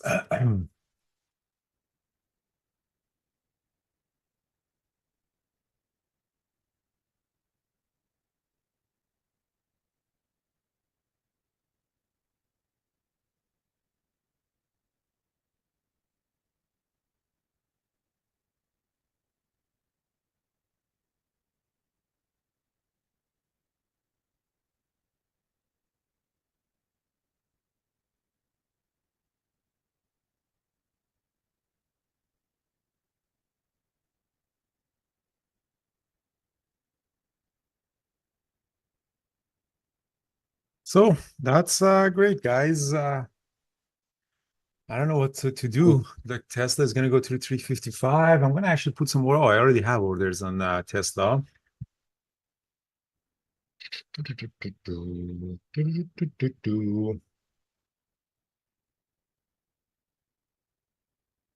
There you go, so 354.70 just is sit gonna there be huge and ass up there.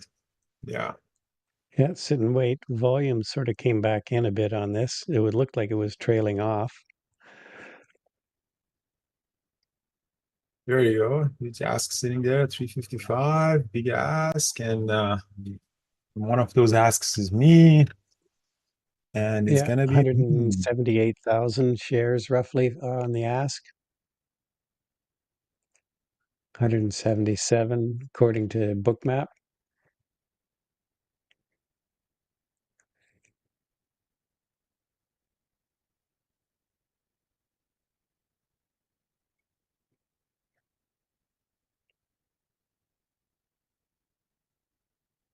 All right, the Qs are back at high of day. SPY, not so much.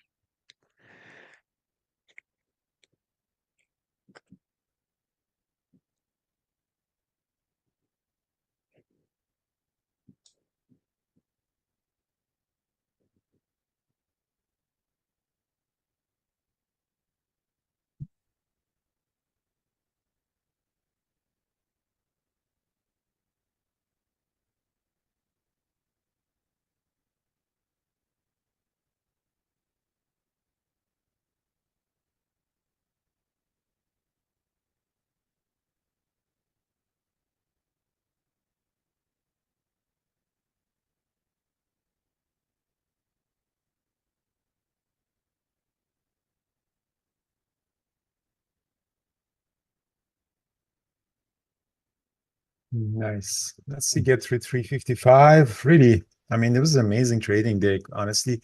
AMD also had issues running up, but all the liquidity is right now on Tesla.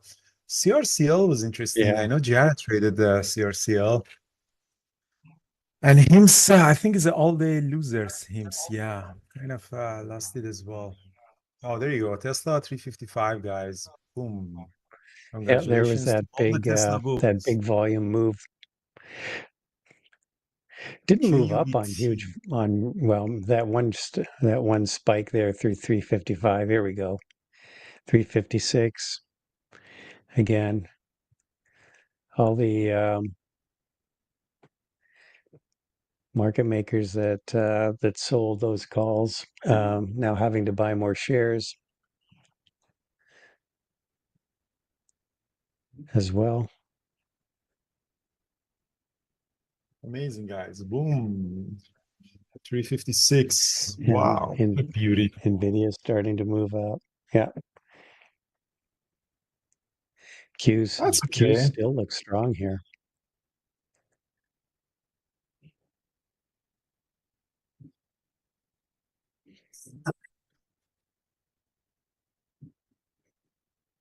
Wouldn't be surprised to see it go to 360 today. 360. There is a big order there. 185,000 shares.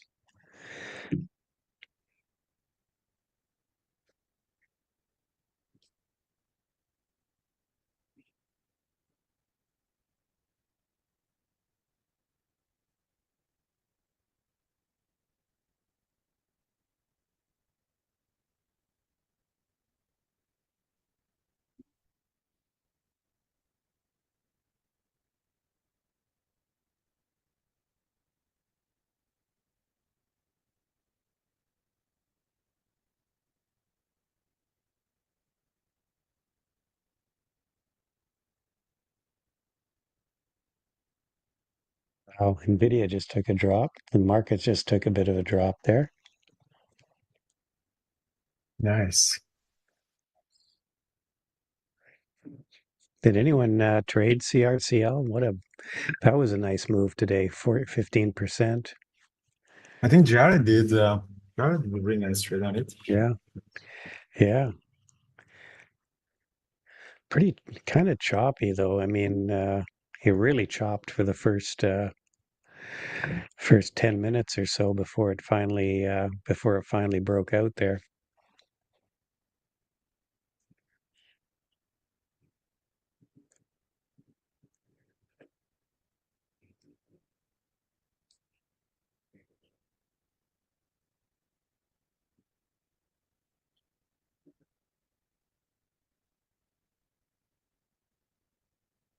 Amazing, guys. Nvidia did have an order.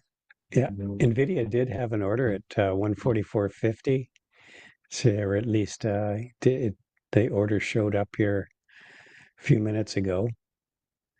So maybe the price is going to make its way there. fairly large order, 325,000 shares. And then you've got 470,000 shares at 145. So maybe by the end of the day we'll get there.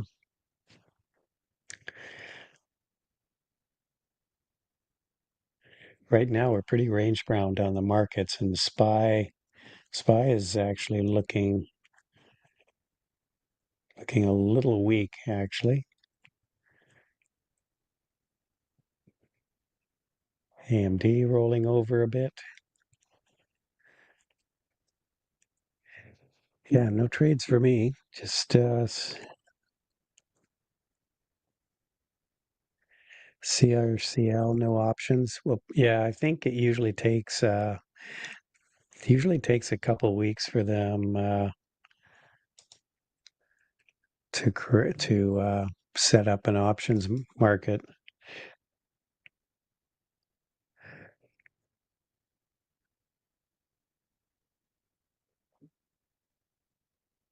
Wait a sec. There are options here for CRCL. Let's see here. Usually it doesn't take very long.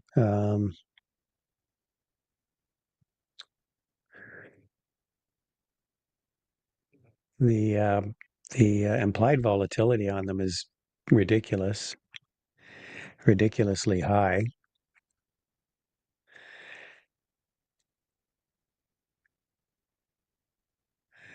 So let's use the 275s. It's roughly $30 on either side. Put in calls. That's like that's like over 10, that's 11, 12%. That's crazy for a 1 week option, for an option that's going to expire on Friday. That's kind of like option pricing for into an earnings event.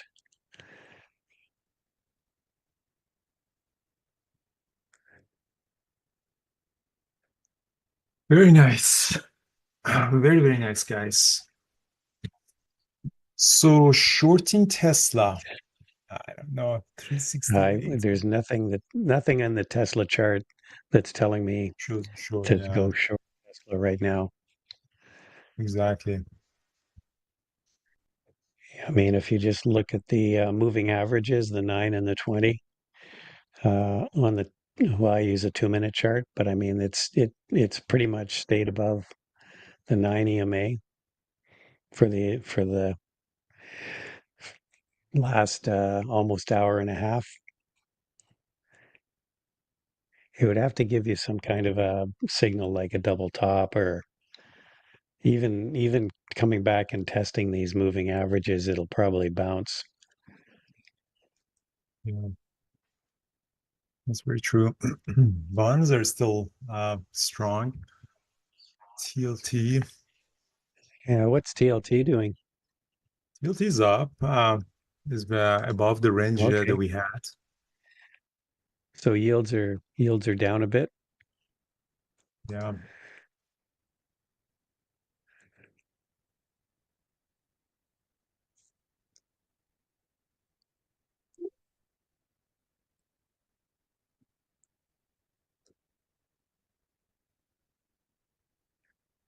AMD is rolling over. Wow, Tesla just keeps Yeah, I going was higher. looking at that. Jesus, Yeah, Tesla. like I said. Wow, Tesla is amazing. Setting more guys in Tesla. Wow. Boom. Elon Musk. Elon Musk for president. The way that it goes. I honestly think he's had enough of political life. I think so. Yeah, I think so. Really, he's done. He's I don't think he was used to not being in complete control.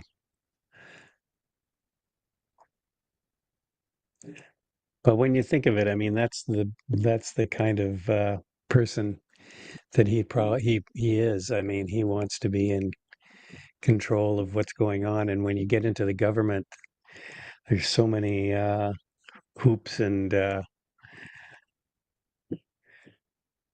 obstacles that you have to maneuver around. I think think he kind of realized this wasn't the environment for him.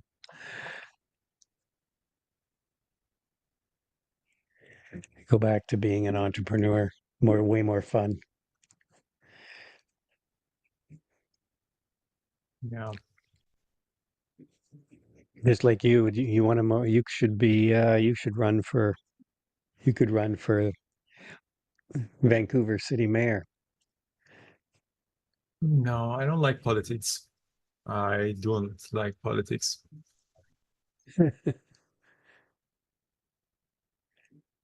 I like to climb the mountains.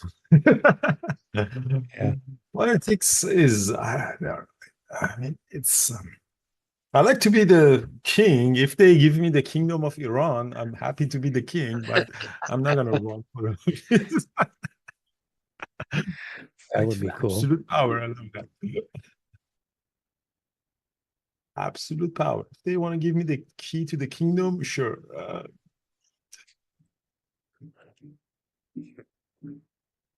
Iran doesn't have extreme mountains. No, the biggest volcano in Asia is in Iran, the Damavand, which we're gonna all climb together. But it's not a very difficult one. It's high and cold, but it's not difficult. We don't have any serious mountains that are very high altitude or very crazy. But we have very beautiful ranges that you can. There's a really nice hike up. There's really nice skiing there and stuff, but nothing seriously. That it's not a mountaineering destination except for people who want to climb volcanoes. Hmm. The Shah of Bibabi. I like to be the king of something. Definitely not running for office. Like, honestly, I don't get people who go for running for politics. Like, it's a lot of work. It's a lot of publicity and always Yeah. Zoom. And there's not even good pay. Like, No. And nobody you always seem somebody hates you because you've pissed them off. You never make I everyone defy happy. you, Brian and Andrew. huh? I defy you. I am short Tesla. You're sure Okay. Tesla. Nice. Oh, Well, yeah. that was a good short. It's going great. Oh, Very nice. yeah. Like Peter. Peter's Mountain Pass. Yeah. What's the average, Peter, that you shorted? 356.14. Wow, right at the high of the day. Yeah, like the I posted boss. it Yeah, in that's- the chat room. You can see. I could. I'm not sure if Carlos is still out there. I could show it to you live, but I'd be. I'm always here, Peter. I'm always here. I'd Oh, yeah. consider. There I you would go. consider covering some here, Oh yeah. just don't because worry. we're at the I'm 20. partial. Here's We're at the 20 my EMA trade. right now. You can see the. Let me get some more here. Wow, nice There short. you go. Peter, nice short. It's a Wow, mountain like a pass. boss. I love that. Traditional mountain pass. That's a mountain Yeah, pass. it's perfect. Yeah. Just Nice. stick to my strategy. uh, It's what I know. It's what works. Day in and Very day out. nice. Well, the markets are helping you out So here. it's doing SPY some is, sort of a. It's doing some sort of a 920 right now. Yeah, I was just saying this is a Uh, good place to either take a try along, or and if Yeah, you I did go long. okay. Yeah, I go long and see if we can go back to 354 because it looks like a 920. Hey guys, give this video a like for liberation of Iran, for my country at least. Give this, let's see if we can get to 500 likes because Iran is being liberated and Peter is short Tesla. That would be And nice. yeah, I took that. I took that little bounce here as well. Nice little 920 trade.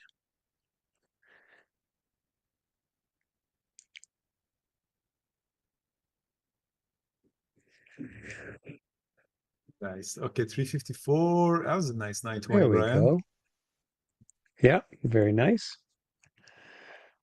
Nice. Little icing on the cake for the day.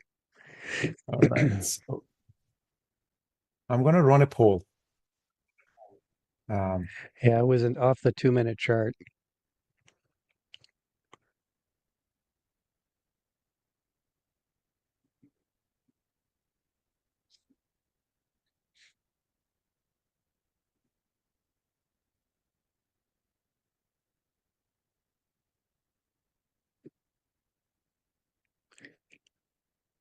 Okay, I'm covering selling those calls. This is the first place what I would take profits is back at the 9 EMA.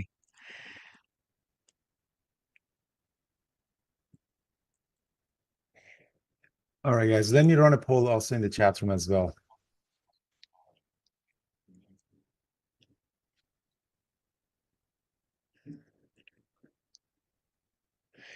The SPY just hit the VWAP, so now we're doing a bit of a bounce here.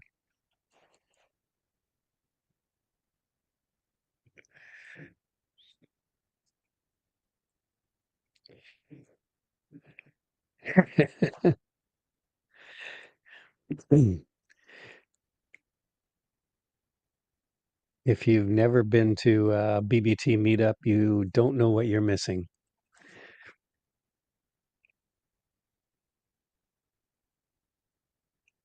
Perfect. So next meetup in Tehran. Every meetup we've had has been absolutely fantastic. Look at that bounce right off the VWAP on the SPY. Wow.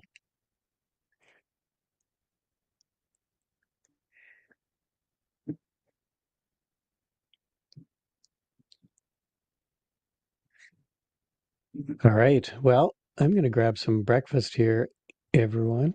Yeah. Awesome. So yeah, thanks guys. It was an amazing day for me. Almost 60K.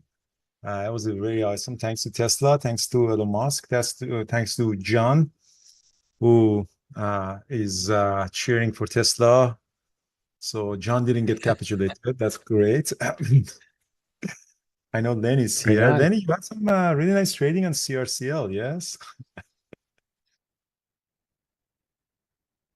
Oh, QUBT. Yeah, nice. So congratulations on that. Paris is coming in the chat room. And yeah, that's awesome, guys. Again, thanks for your support, guys. Congratulations to the people of Iran who's going to get liberated very soon. And all the best, guys. Yeah. Ciao. Yeah. Thank you. Ciao, everybody. Hope everyone had a good morning. Thank you, Brian. So, hey guys, today I'll be here sitting in for Thor, who was traveling today. So let's discuss some price action.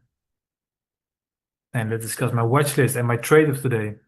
And let me check if my camera's up there all correct. I think it was a very beautiful trading day. Excellent. I did not see a red day for over 3 weeks now. I think my camera is okay.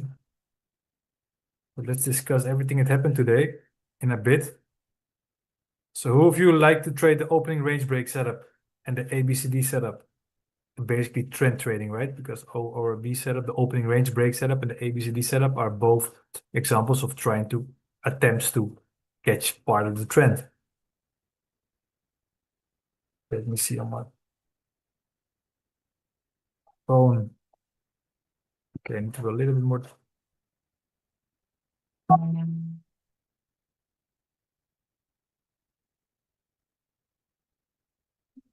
Like this better.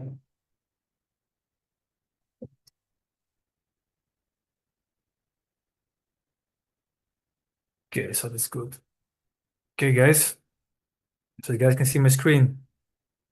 Awesome. I'm looking at the chat. Some of you guys traded Amazon. No, there's no Thor today. So it will be me. So let's discuss everything that happened today. Tomorrow Thor will be back. Tomorrow will be here again. So yeah, SPY is yes, I already had some people asking me like what's gonna happen with the market tomorrow. Are they gonna be red? But I already felt yesterday, you know, that this bombing is probably the beginning of the end, right? Because the goal was like to, at least as far as I understood, the nuclear attempts, the attempts to gain a weapon of mass destruction. At least that was told.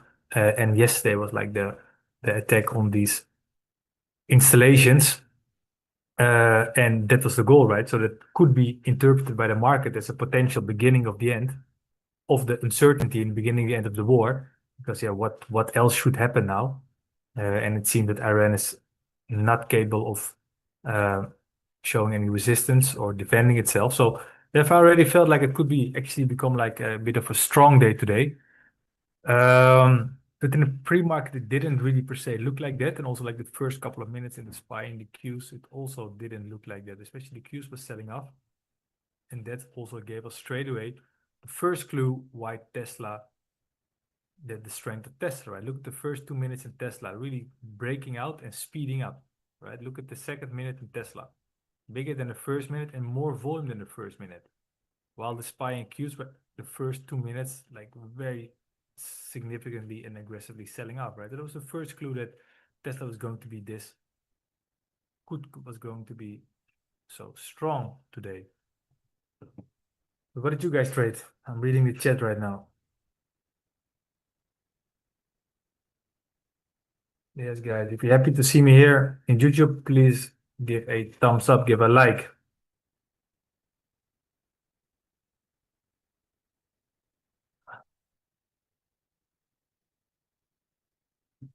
All right, so what did you guys trade it? QUBT, awesome. QUBT was perfect. Really nice. Yeah, also great to be here again on YouTube. Likewise. Thank you, guys. I traded QUBT, which one was really, really nice. I'm gonna discuss QUBT, all right? So what was my watch list? You guys can see my screen. My watch list was AMD. You can see it here to the left, right, in this market viewer. My watch list was AMD, NVIDIA, Tesla. Later I added Apple, but it's more like a B. I had QUBT, HIMS, CRCL, and potentially NVO. So I took only one trade today, QUBT. I think it was a very pretty trade, a pretty trade. So let's take a look at it, right? The QUBT gap down, pretty aggressive. So it gap down, that could also be, especially because the quantum computing sub QUBT, they're very much in play, right? It's really hype. If it's gapping down, of course, they could sell off further, but they could also be seen like as a opportunity for bargain hunters, right? To buy the stock more cheaper, right? You can imagine if QUBT in the last 5-6 days was like trading around and for an average $21, and the market was really enthusiastic at buying at $21. If it's now gapping down at $15 to $15.50, why would there not be like market participants there waiting to buy? Think, hey, so like I can buy it with a 25% discount. Now's my chance to buy, right? Especially because it's a growth stock. It's a stock that market participants look in anticipation for the very long term. So then like buying it cheaper could also give opportunities, right? I mean, that's just a potential scenario for this day. It doesn't have to mean that we're going long or we're going short. It's just like could be going both sides. Also, if you look at the size of the candles in the pre-market, relative small compared with the yesterday close, it means like there's like a lot of candles potentially to fill the gap, right? Because the candles are relatively small. So I was open for a scenario to both sides, preferable to the long side actually, because it's really the hype is definitely back in the market. We see really strong moves up again. For example, CRCL, we'll discuss it in a bit. Really strong last couple of days. We saw some big moves up in some other stocks. Oscar, right? The OSCR. So it's really like liquidity is not afraid in the market anymore. And then you got like this hype in the quantum computing stocks, gap down. Okay, it could be open for long, right? Well, what happens? First minute, actually, QBT opens very strong, as you can see. Q's, SPY selling up. Okay, first signal, QBT could be strong. Then we see the second minute. Okay, a bit of a pullback. Not that crazy, to be honest. Still above the open price. We see basically inside candle, inside candle, inside candle. So some price contraction. But you could also say perhaps it's just choppy. Perhaps nothing gonna happen, right? So like a trend line from the bottom, some price contraction. You don't know, still don't know, right? It could be setting up, right? I was actually looking for this candle, the fifth candle, to break out with high volume and show strength. Then I probably would have already gotten in, right? Because she like a strong move. Pullback, inside candle, right? Price contraction while there was buying from the bottom, right? And a lot of room to move and also relative strength compared to the market. That didn't happen. So actually I was done with QUBT. But then this trend started, right? And this was pretty interesting. So I had still the bias in QUBT. And then here what happened, right? The move up. Candles becoming bigger consistently, all making higher lows, all higher highs. It's really like basically like a range, but with an angle, right? A channel, what they call a range with an angle, they call a channel, right? And moving up, so it's a bull channel, really clean, moving up. Okay, it's strong, relative firm volume. So I thought, okay, perhaps now the trend is gonna start. Here we see like a small consolidation or a pullback candle, low volume. Okay, and then we see like a candle breaking out again with high volume.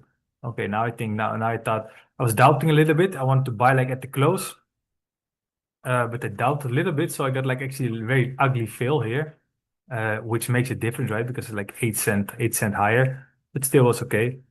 And actually, I think I should have added here on the close, but I was a bit frustrated about my late fail, my ugly fail, so I think I should have added there.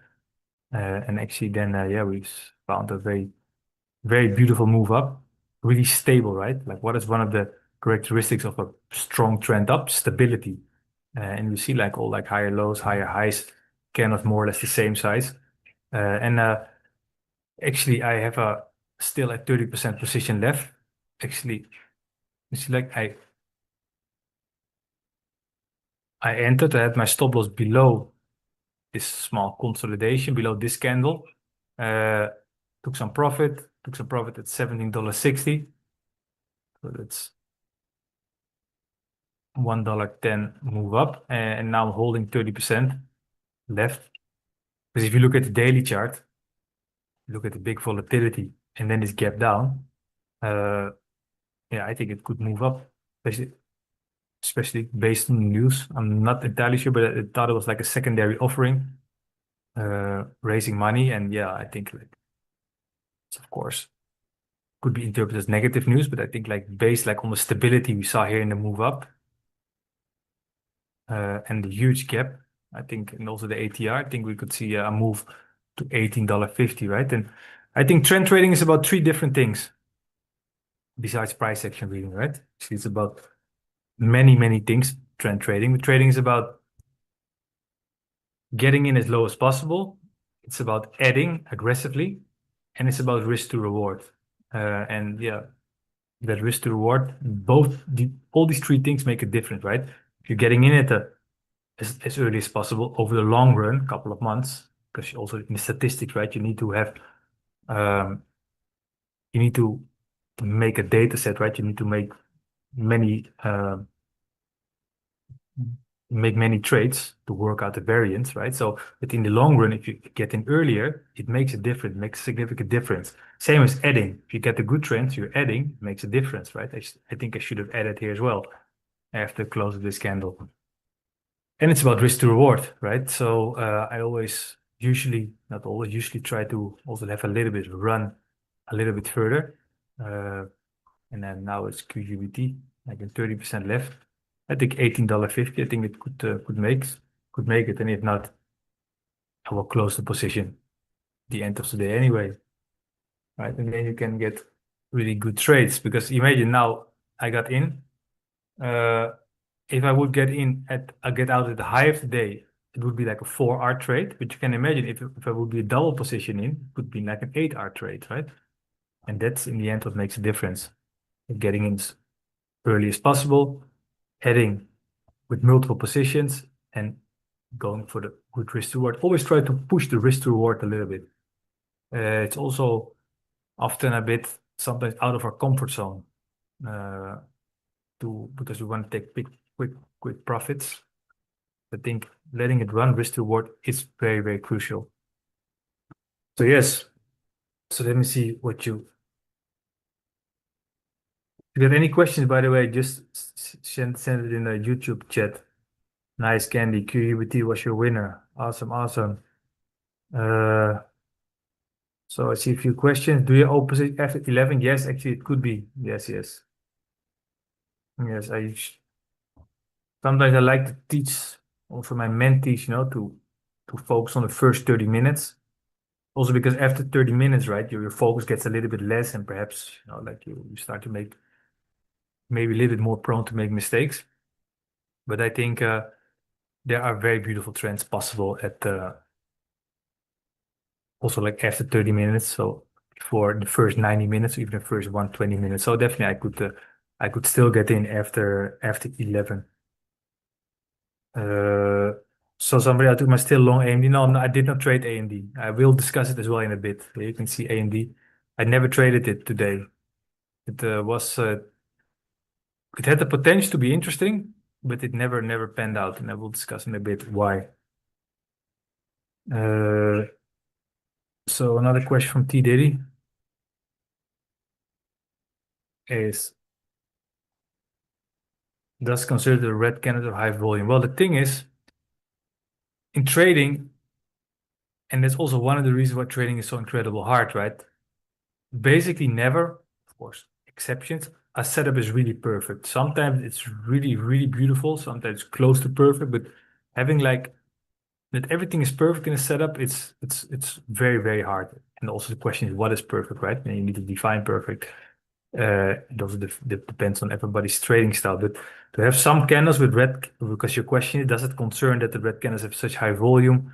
No, I wouldn't be too bothered about it. And especially also not because after 11, there's a little bit less volume, less momentum. So it also gets a little bit more noisy. And a little bit less noisy means, a little bit more noisy means that the data could be a little bit less clean, right? And then you get also some mixed signals, but you shouldn't focus on each detail, especially later on the day. I mean, you should focus on each detail, but you need to give it the right weight in all the context. And if you speak now about the last red candle, no, I'm not too concerned about it. What I see in QUBT, I see the price action basically now. So we had like an opening range with a very beautiful trend. First leg, second leg, grinding up, tight consolidation, another big pullback, another big move up. Here, definitely some sellers came in. This was not really nice to see, of course. But I had like my stop loss back to break even, and I thought, okay. The thing is also like if you want to hold like for the rest of the day, you should be willing to try to survive bigger pullbacks, because that's simply also that's what's happening if you want to stay for a longer period the rest of the day, if you want to hold for the rest of the day. So it moved down, and then now the buyers stepped in again, some stability, but I think the dynamic also changes, right? The volume is the highest at the beginning of the day, and then it slowly gets smaller. So I think also like you should adjust your strategy. You should adjust your assessment to the time of the day, right? It's really different, right? If you can see like a very nice 2-3 strong candles up, pullback candles, strong breakout. But if it happens like in the first 5-6 minutes, I think it means something completely different than if it happens at noon or at 1 p.m. EST.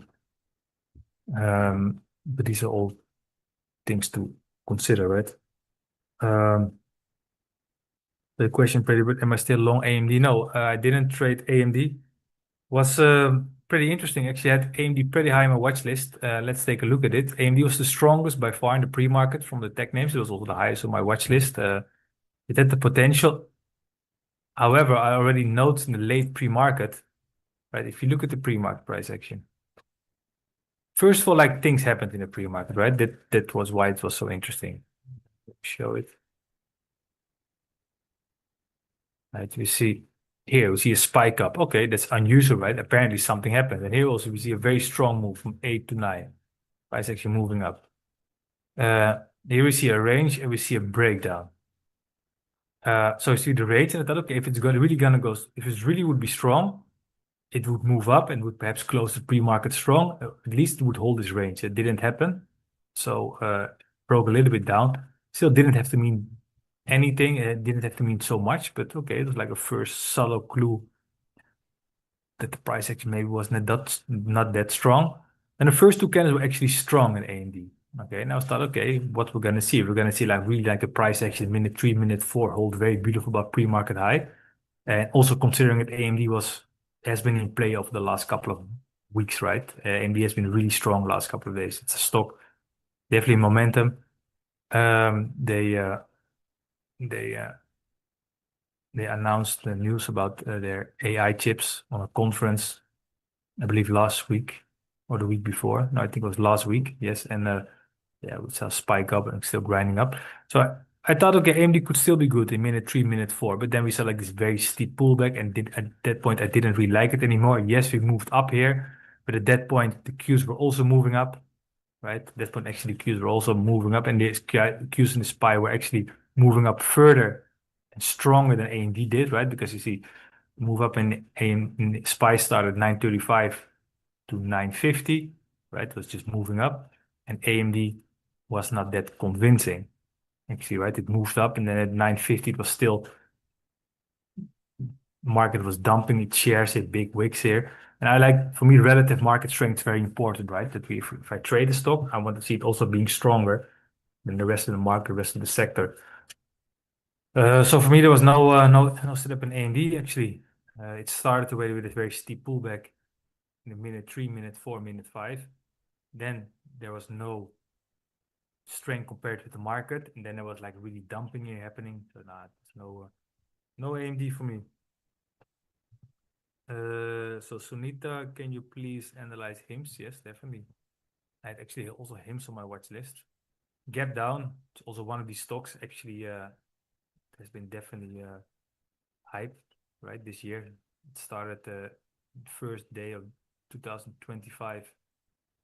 It started at between $20-$25, and now it was like trading at 65-70 2 weeks ago. So definitely one of the hype stocks.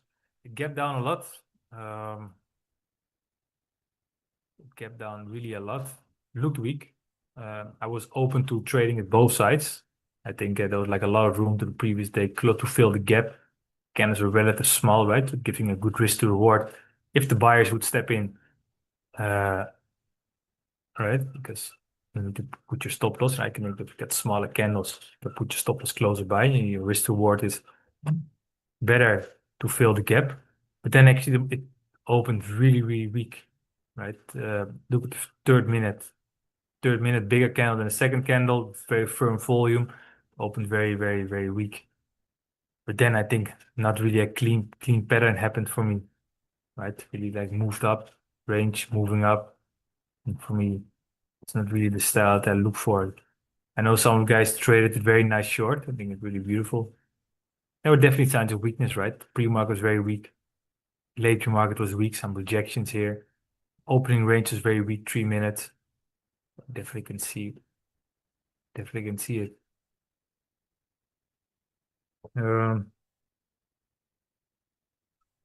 So then duty asks, would you be buying Qs? Now be chasing.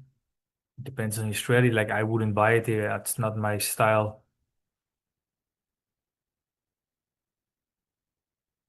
No, I wouldn't buy here.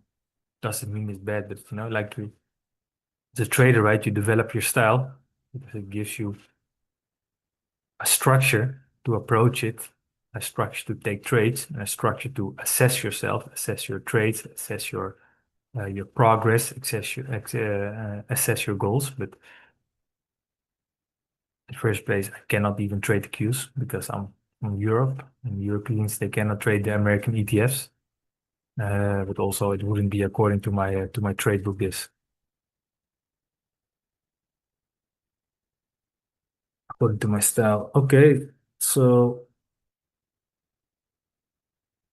thoughts on NVIDIA. Well, my thoughts on NVIDIA that it's really has been trading very, very badly last couple of weeks. I also almost never did not trade last week one day, but I tried to avoid it.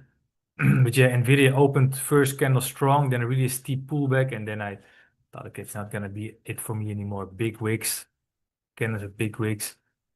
And today, yeah, it's just very rangy, right? If you look at the daily chart there, price action is just really, really moving in a range, in a very tight range.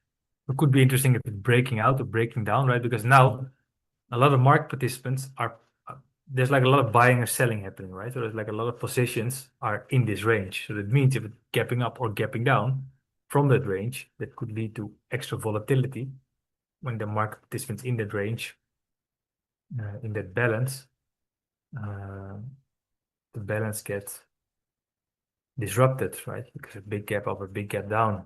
Probably there also will be a news event. But looks at the market has found some balance in this price range. And then if some news happens and it breaks out or breaks down, then we could see good volatility again.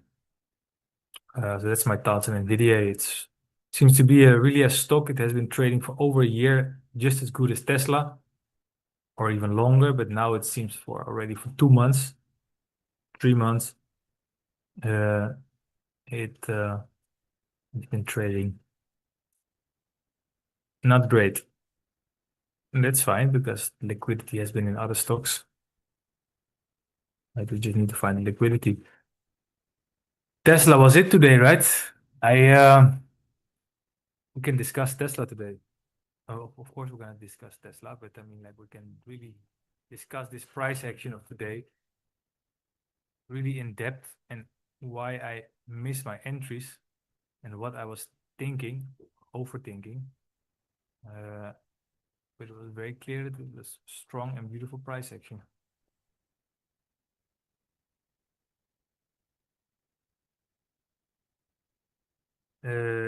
Yes, Ben, but I wouldn't worry too much about the ATR if a stock is so much in play, right? Tesla is really, really in play. Also got a great catalyst, even though the catalyst was already announced. So I'm not saying that you should go long now. I wouldn't go long now because it's indeed too extended, but to really hold on strict to the ATR on days where the stock really is in play, I don't think it's the right way either.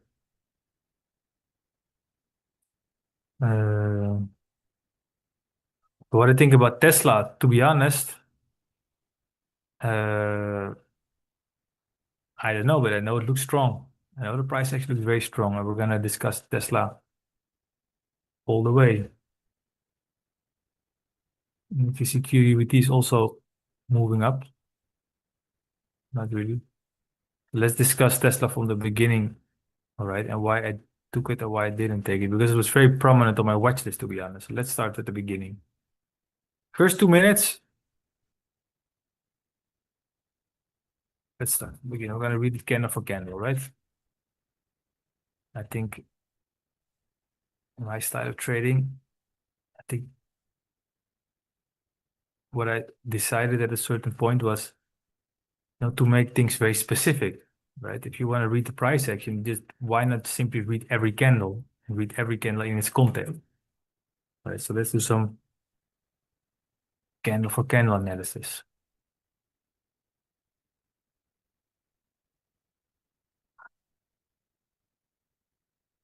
And if you ever want to, I trade every day live and also with my screen shared and open mic. So if you ever want to join one of my live sessions, you can send me a mail, lenny@pcapitaltrading.com, or you can find on Trading Terminal my course, and that also comes with 3 months of live trading every day. So Tesla, first minute, strong, right? Because we know SPY and Q sold up, right? Tesla, first minute, very strong. Second minute, even stronger, right? Bigger volume than the first candle. Okay, that this could be strong today.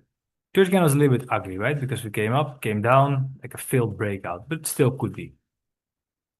Then I didn't really like candle 4 and 5, right? Because they were increasing in speed on the way down. Yes, volume was lower than the first two candles, but it was a little bit increasing, like a little bit of a big drop here. Dropped $3 in one candle. So okay, it's not the best. Still could be, but it's not the best. Here we found some support, right? Inside candle moving up again. Trend line, however, the volume was low. The volume here was lower than here. Then you could have said, okay, it's fine to have like, it's actually good to have like low volume in the pullback.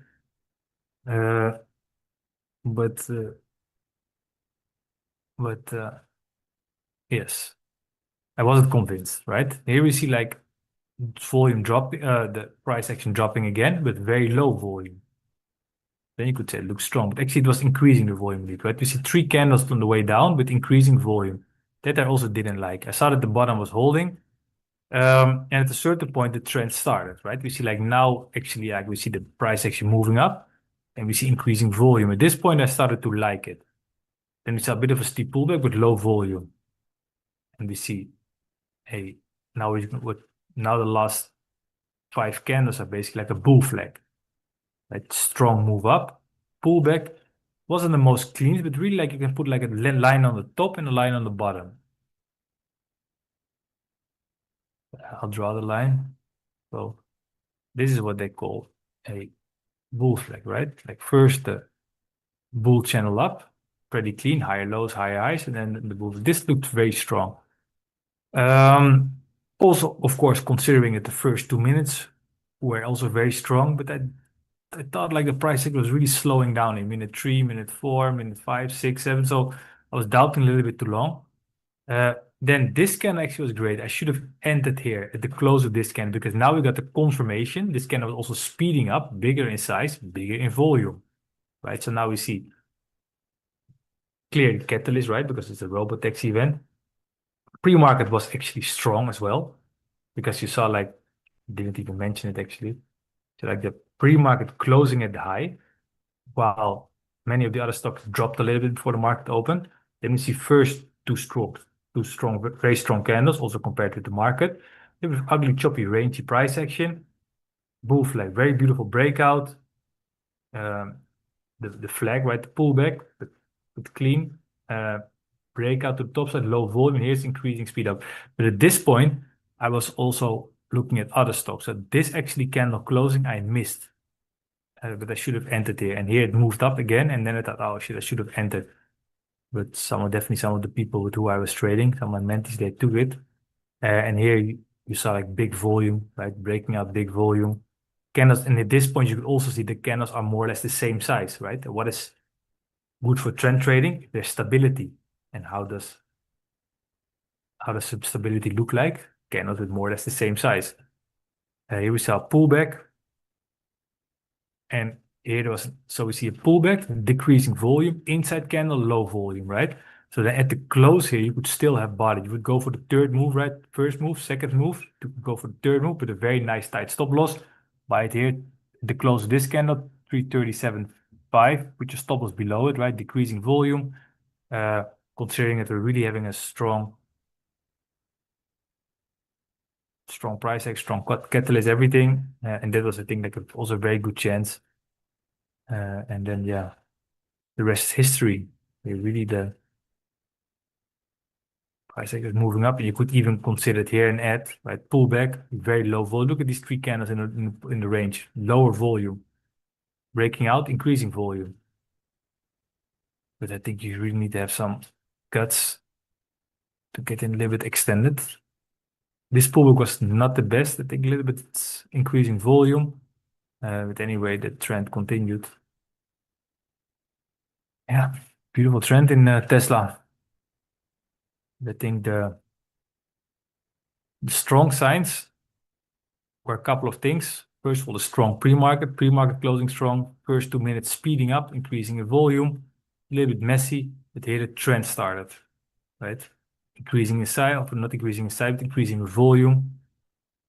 Like the flag breaking out, increasing volume on the way up, right? And QUBT, the one that I traded, looked actually like a little bit similar, but it seemed a bit more stable. No, I don't want to say it, to be honest. It was a bit choppy here, but here like the trend was pretty nice. That was my trading. QUBT.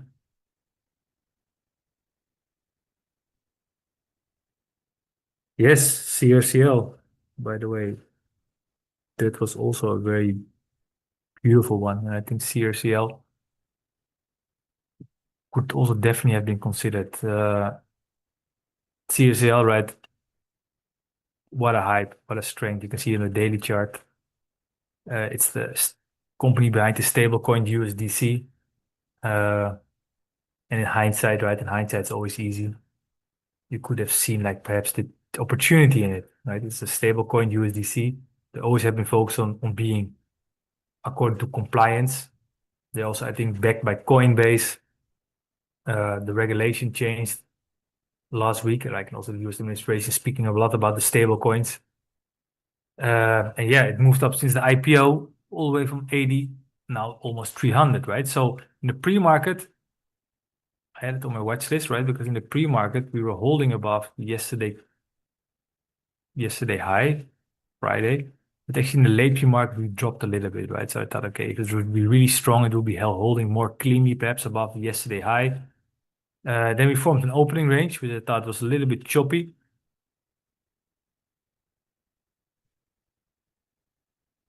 Right, and then we saw this very strong breakout kind of from the opening range. So there could have been said something for a 5-minute opening range breakout, right? 5-minute opening range breakout, close above it.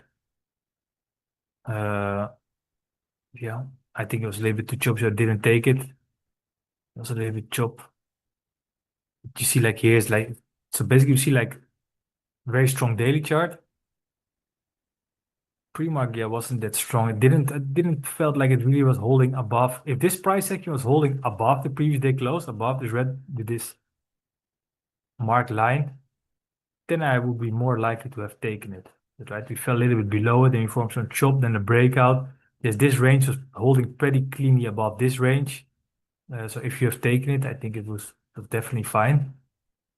But I'm really a trader. I'm on the conservative side, right? I'm a trader. I take 1, 2, maybe 3 trades per day. I try to really go for the most cleanest setups, because I think trading is not about winning the most amount of R's each month. Trading is about like winning it with the lowest amount of variance, right? If somebody wins like 40R, but the next month he loses 30R, and at least the month after he loses again 30R, but then the month after he wins 40R. Yeah, I don't think it's that fun, you know. And also, like, I think it makes it harder to scale up. I'm a trader. I like to win consistently, you know, between 10 to 15R per month after commissions. But like that you win every month, right? Or like sometimes like a break-even month, but that you at least with more stability, right? Like you lose one day, then you win one day, then you lose one day, then you win 2 days, then you win another day, then you lose one day. It's only like less fluctuations. I think it's better for scaling up. I think it's better for yeah, I think it's also better for your learning progress. Then you can also focus really on your improvement, right? Because then if you know like where's your edge, then you can get in earlier, right? Make that incremental improvements of getting in earlier, adding more aggressively, and letting it run where it's possible. So yes, we just checked CRCL.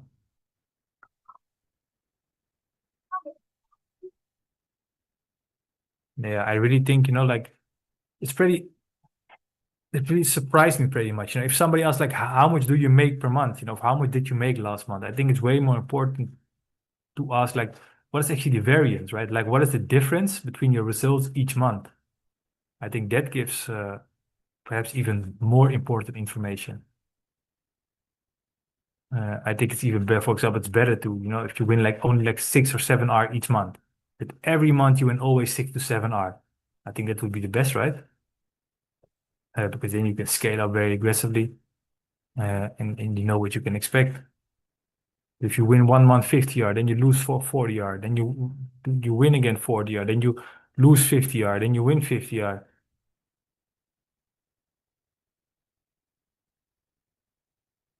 So, yeah, somebody says, I wish Apple and Amazon would kick into gear. Yes, but they don't have a catalyst, right? The liquidity is not there. I always look at Amazon as well. See the big tech names here on my watch list. Oh, you don't see it because I see my face is in front of it. I always look at the big tech names, high liquid names, but yeah, Apple, Amazon, they were just not trading independent. There was not elevated volume. By the way, next Thursday there's gonna be a next Thursday, right? 26th. Yes, next Thursday gonna be an open webinar at tradingterminal.com by me. So try to be there. 5 p.m. EST market time.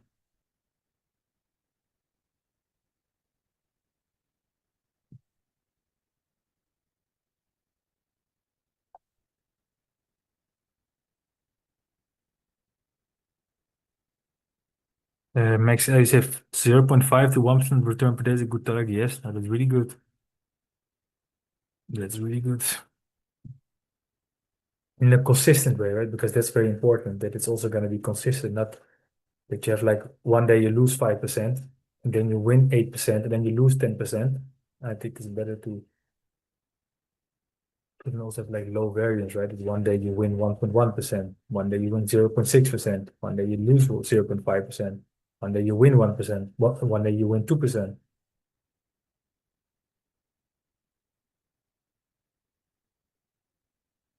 So to take a wrestler, you say that you calculate your performance with two moving averages, theoretical max gain per day.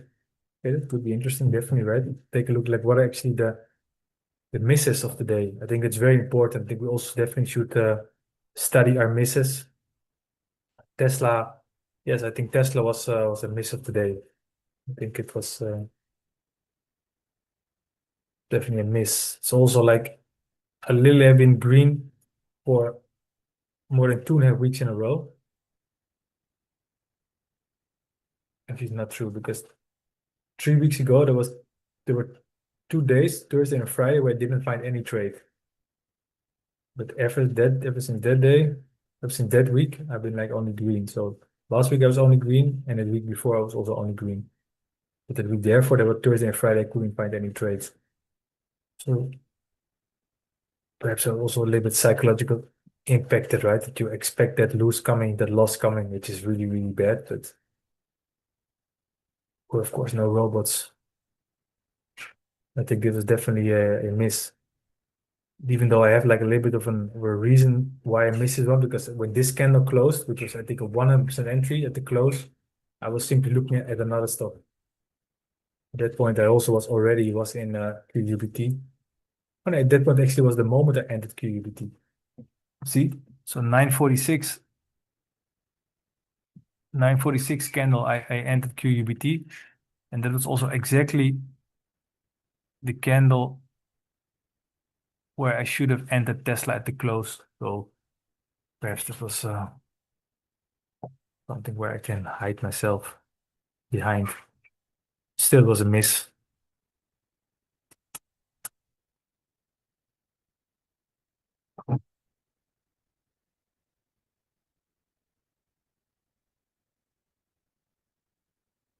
Yeah, Google was actually selling off today. Right? Google sold also last Friday. Not sure why was it. Couldn't find a reason why it sold off last Friday. First Google opened also pretty weak, and it moved up, and then we're selling off again. Yeah, it's interesting, right? It's the company that makes the most profit from all the companies, the most profitable company out there. The market doesn't really like it. They're afraid it's getting disrupted by AI. It's a big advertisement company. But I like Google.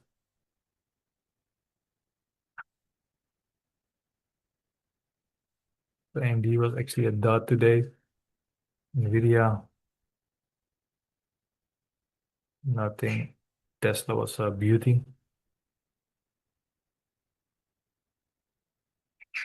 Tesla could even become like next to more like a second day play. It depends also like how the rest of the price action will be.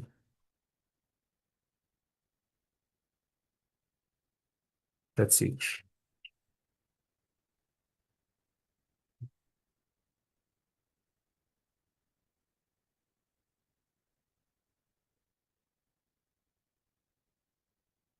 The QUBD is just ranging. They have 30% left. Well, if it breaks below VWAP, goes to my original entry. I'll be out.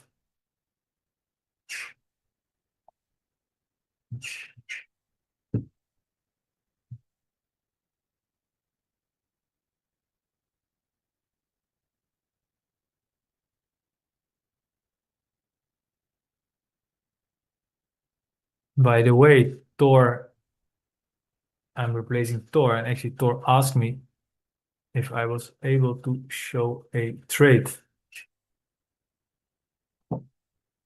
that he traded today. I'm gonna share it here. It was his trade today. Trade the SPY. And he said that Tor mode is available right now in TradingView.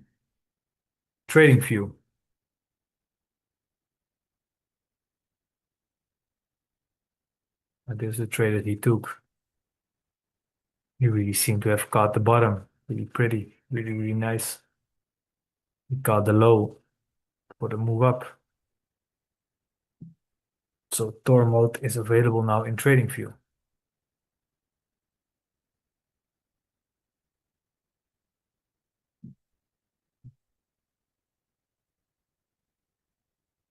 Yeah. So you guys have any questions? Any price segment you'd like to discuss?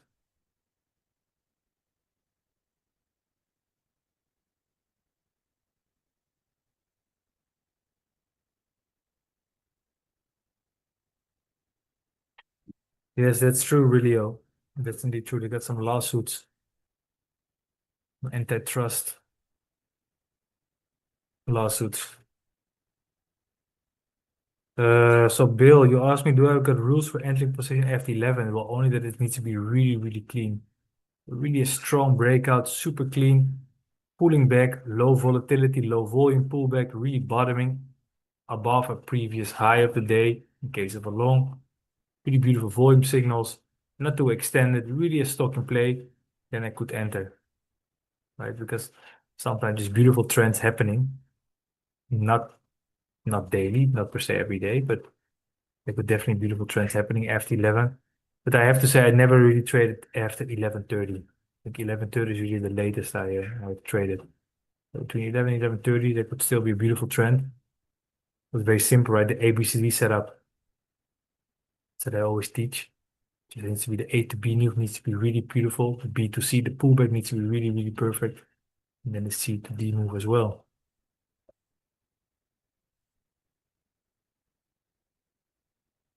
I think this one was also pretty nuts. Yeah, it was okay considering the whole context. I think it was also pretty nice. ABCD setup, it was also then a 5-minute ORB. Technically, it was also a 5-minute ORB. You got a 5-minute opening range, 1, 2, 3, 4, 5. We took it for the 5-minute opening range breakout. But at the same time, it was also a nice ABCD setup, strong move up, volume, low volume pullback, confirmation candle, high volume, getting in the break of the 5-minute ORB. And also, of course, gap down, catalyst, gap down, right? The price discovery process. Perhaps we're looking for stocks in play where potentially the market are jumping in or trying to getting out, right? And then we're going to read the price action.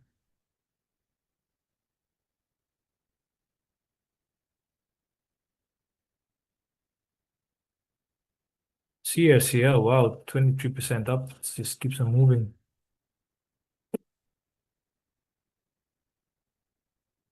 That's, yeah. Stablecoin, fully regulated. Backed by Coinbase. Supported by the US administration, I guess. Indirect. Congratulations for the people who bought at the IPO or after the IPO.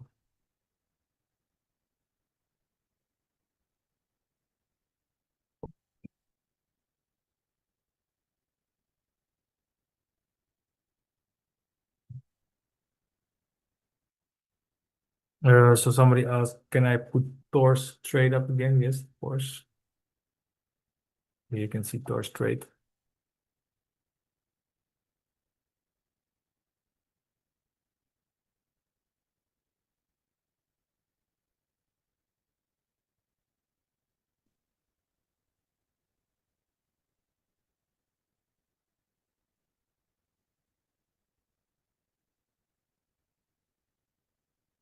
So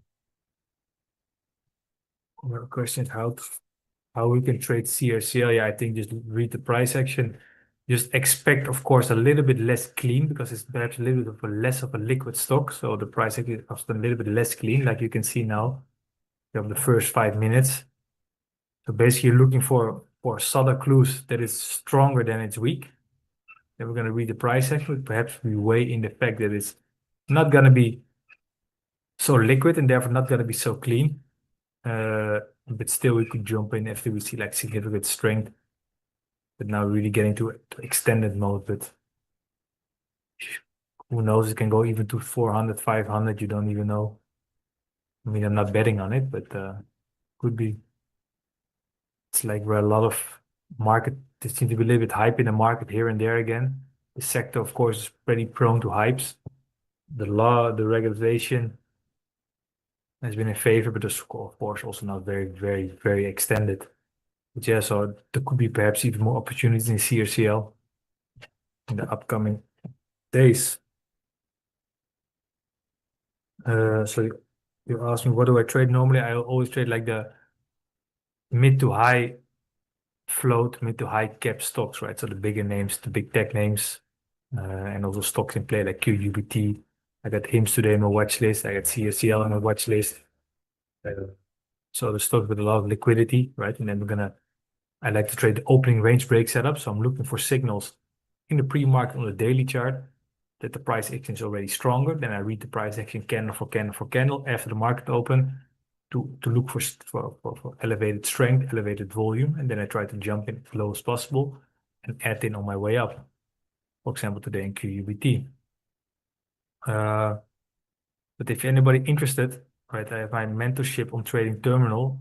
It's my course, explains everything. And then there's also 3 months of live trading. Every day I'm trading live with my screen shared. Pre-market session together, finding stocks in play, and also mentorship every week, 30 minutes one-on-one.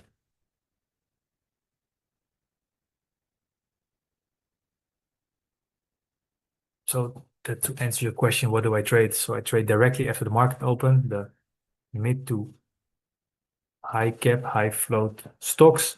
And I'm simply looking for a lot of strength or a lot of weakness, right? Really clean. And then trying to jump in. And it's always important like to have the volume and the liquidity. You cannot take a look, just go to some random stock and trade it. No, there needs to be a lot of volume, really elevated volume. For example, QUBT today, right? Gap down, something happened, market could jump in. Or Tesla, right? Catalyst, we see the strength in the pre-market, strength in the first 2 minutes, speeding up.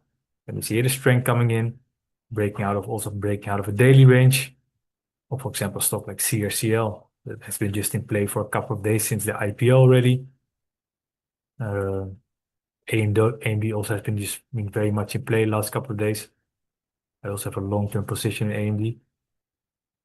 I was able to buy it pretty well here during the terror war. They have been in play last couple of days because they have this new AI chip, I think it's the MI350. And market likes it. And AMD is, of course, I think that's a very healthy, very strong company. Of course, not like as big as NVIDIA, and NVIDIA is the big winner. But AMD could be like a potential second. So that's what I like. But basically for day trading, I trade the opening range break setup. Looking for the trend and I trade stocks. Sunita, I just trade stocks. The 3D PK, any good Indian food in Colombia? Oh, wow, yeah, we ate amazing Indian food. Back in Vancouver, right? Actually, I never ate Indian food in Colombia, but now I'm in Amsterdam. I'm in the Netherlands. I'm in Europe, and here there's great Indian food. But right now I'm in Europe.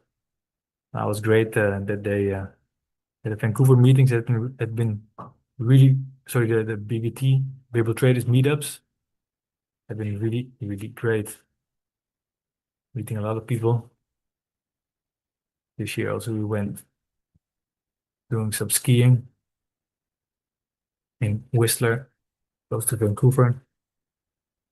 Having a lot of fun together. Right, I think trading is also about fun, you know. Trading shouldn't be about money, winning, money. Oh, I lose, I feel bad. No, trading, it's about fun, you know. It's about like solving the most intellectual puzzle in the world. I think this is the most intellectual puzzle in the world, right? And there's like a lot of dimensions to it: human behavior, decision making, it's incomplete information, it's probabilities, right? And if you can solve it, that's the real fun. Each day learn a little bit more. That's the real joy, with learning. Right? We humans, we're often always looking for a new high, right? Some personalities are more inclined to look for new highs all the time, but often people looking for a new high, right? A new win or a new promotion or a new cup of coffee, right? Or a new social media message, you know? But I think it would be good to try to reprogram yourself to make this new win, learning something new, right? And if you can get addicted to all the time learning something and really enjoy it, then you can make a life more fun, right? And that also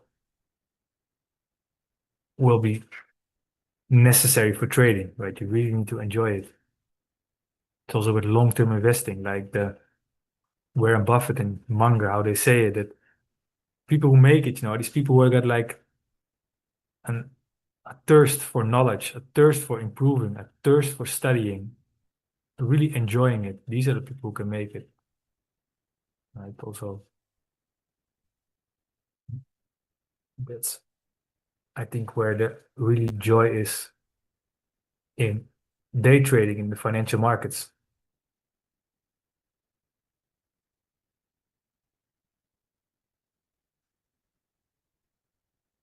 Yeah, really. But are you sure? Because I think rocket science, for example, it's detailed, but you can study it, right? It's not moving all the time. Like trading is like constantly moving. Everything is adjusting. Everything is different, right? In rocket science, for example, everything can be calculated. Everything can be solved because it's really science. But trading, like all the variables are constantly different. And ourselves as traders, we're also constantly different, right? Because we're all the time improving. So it's target is constantly moving. And that makes the difference between rocket science and trading.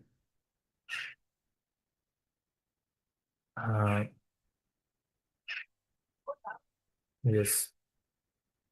All right, guys. Look at 2 more minutes. Still in QUBT. But yeah, I got like my most partials. Got already right. This is also like the risk to reward part, right? Because I put my stop loss below this consolidation, right? Because the idea is it moves straight away. First of all, because I doubted a little bit too long, my entry was like 8 cents too late, right? That makes a huge difference in the risk to reward. That my stop was below this previous candle. Still a very good risk to reward, especially considering this partial here. With this 8 cent, it's like 0.5%, because the stock is only $16. Makes a big difference. You buy it at the close of this candle or you wait for a move up, right? Sometimes you want to wait for extra confirmation, but if you wait for extra confirmation, we're often a bit extended. But you know, like, and then if you would add at the close of this candle, which could have been really, really good possible, then you would have way more. And that's what is trend trading, right?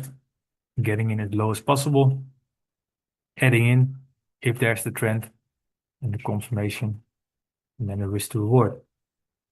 So I think we're nearing the end, guys.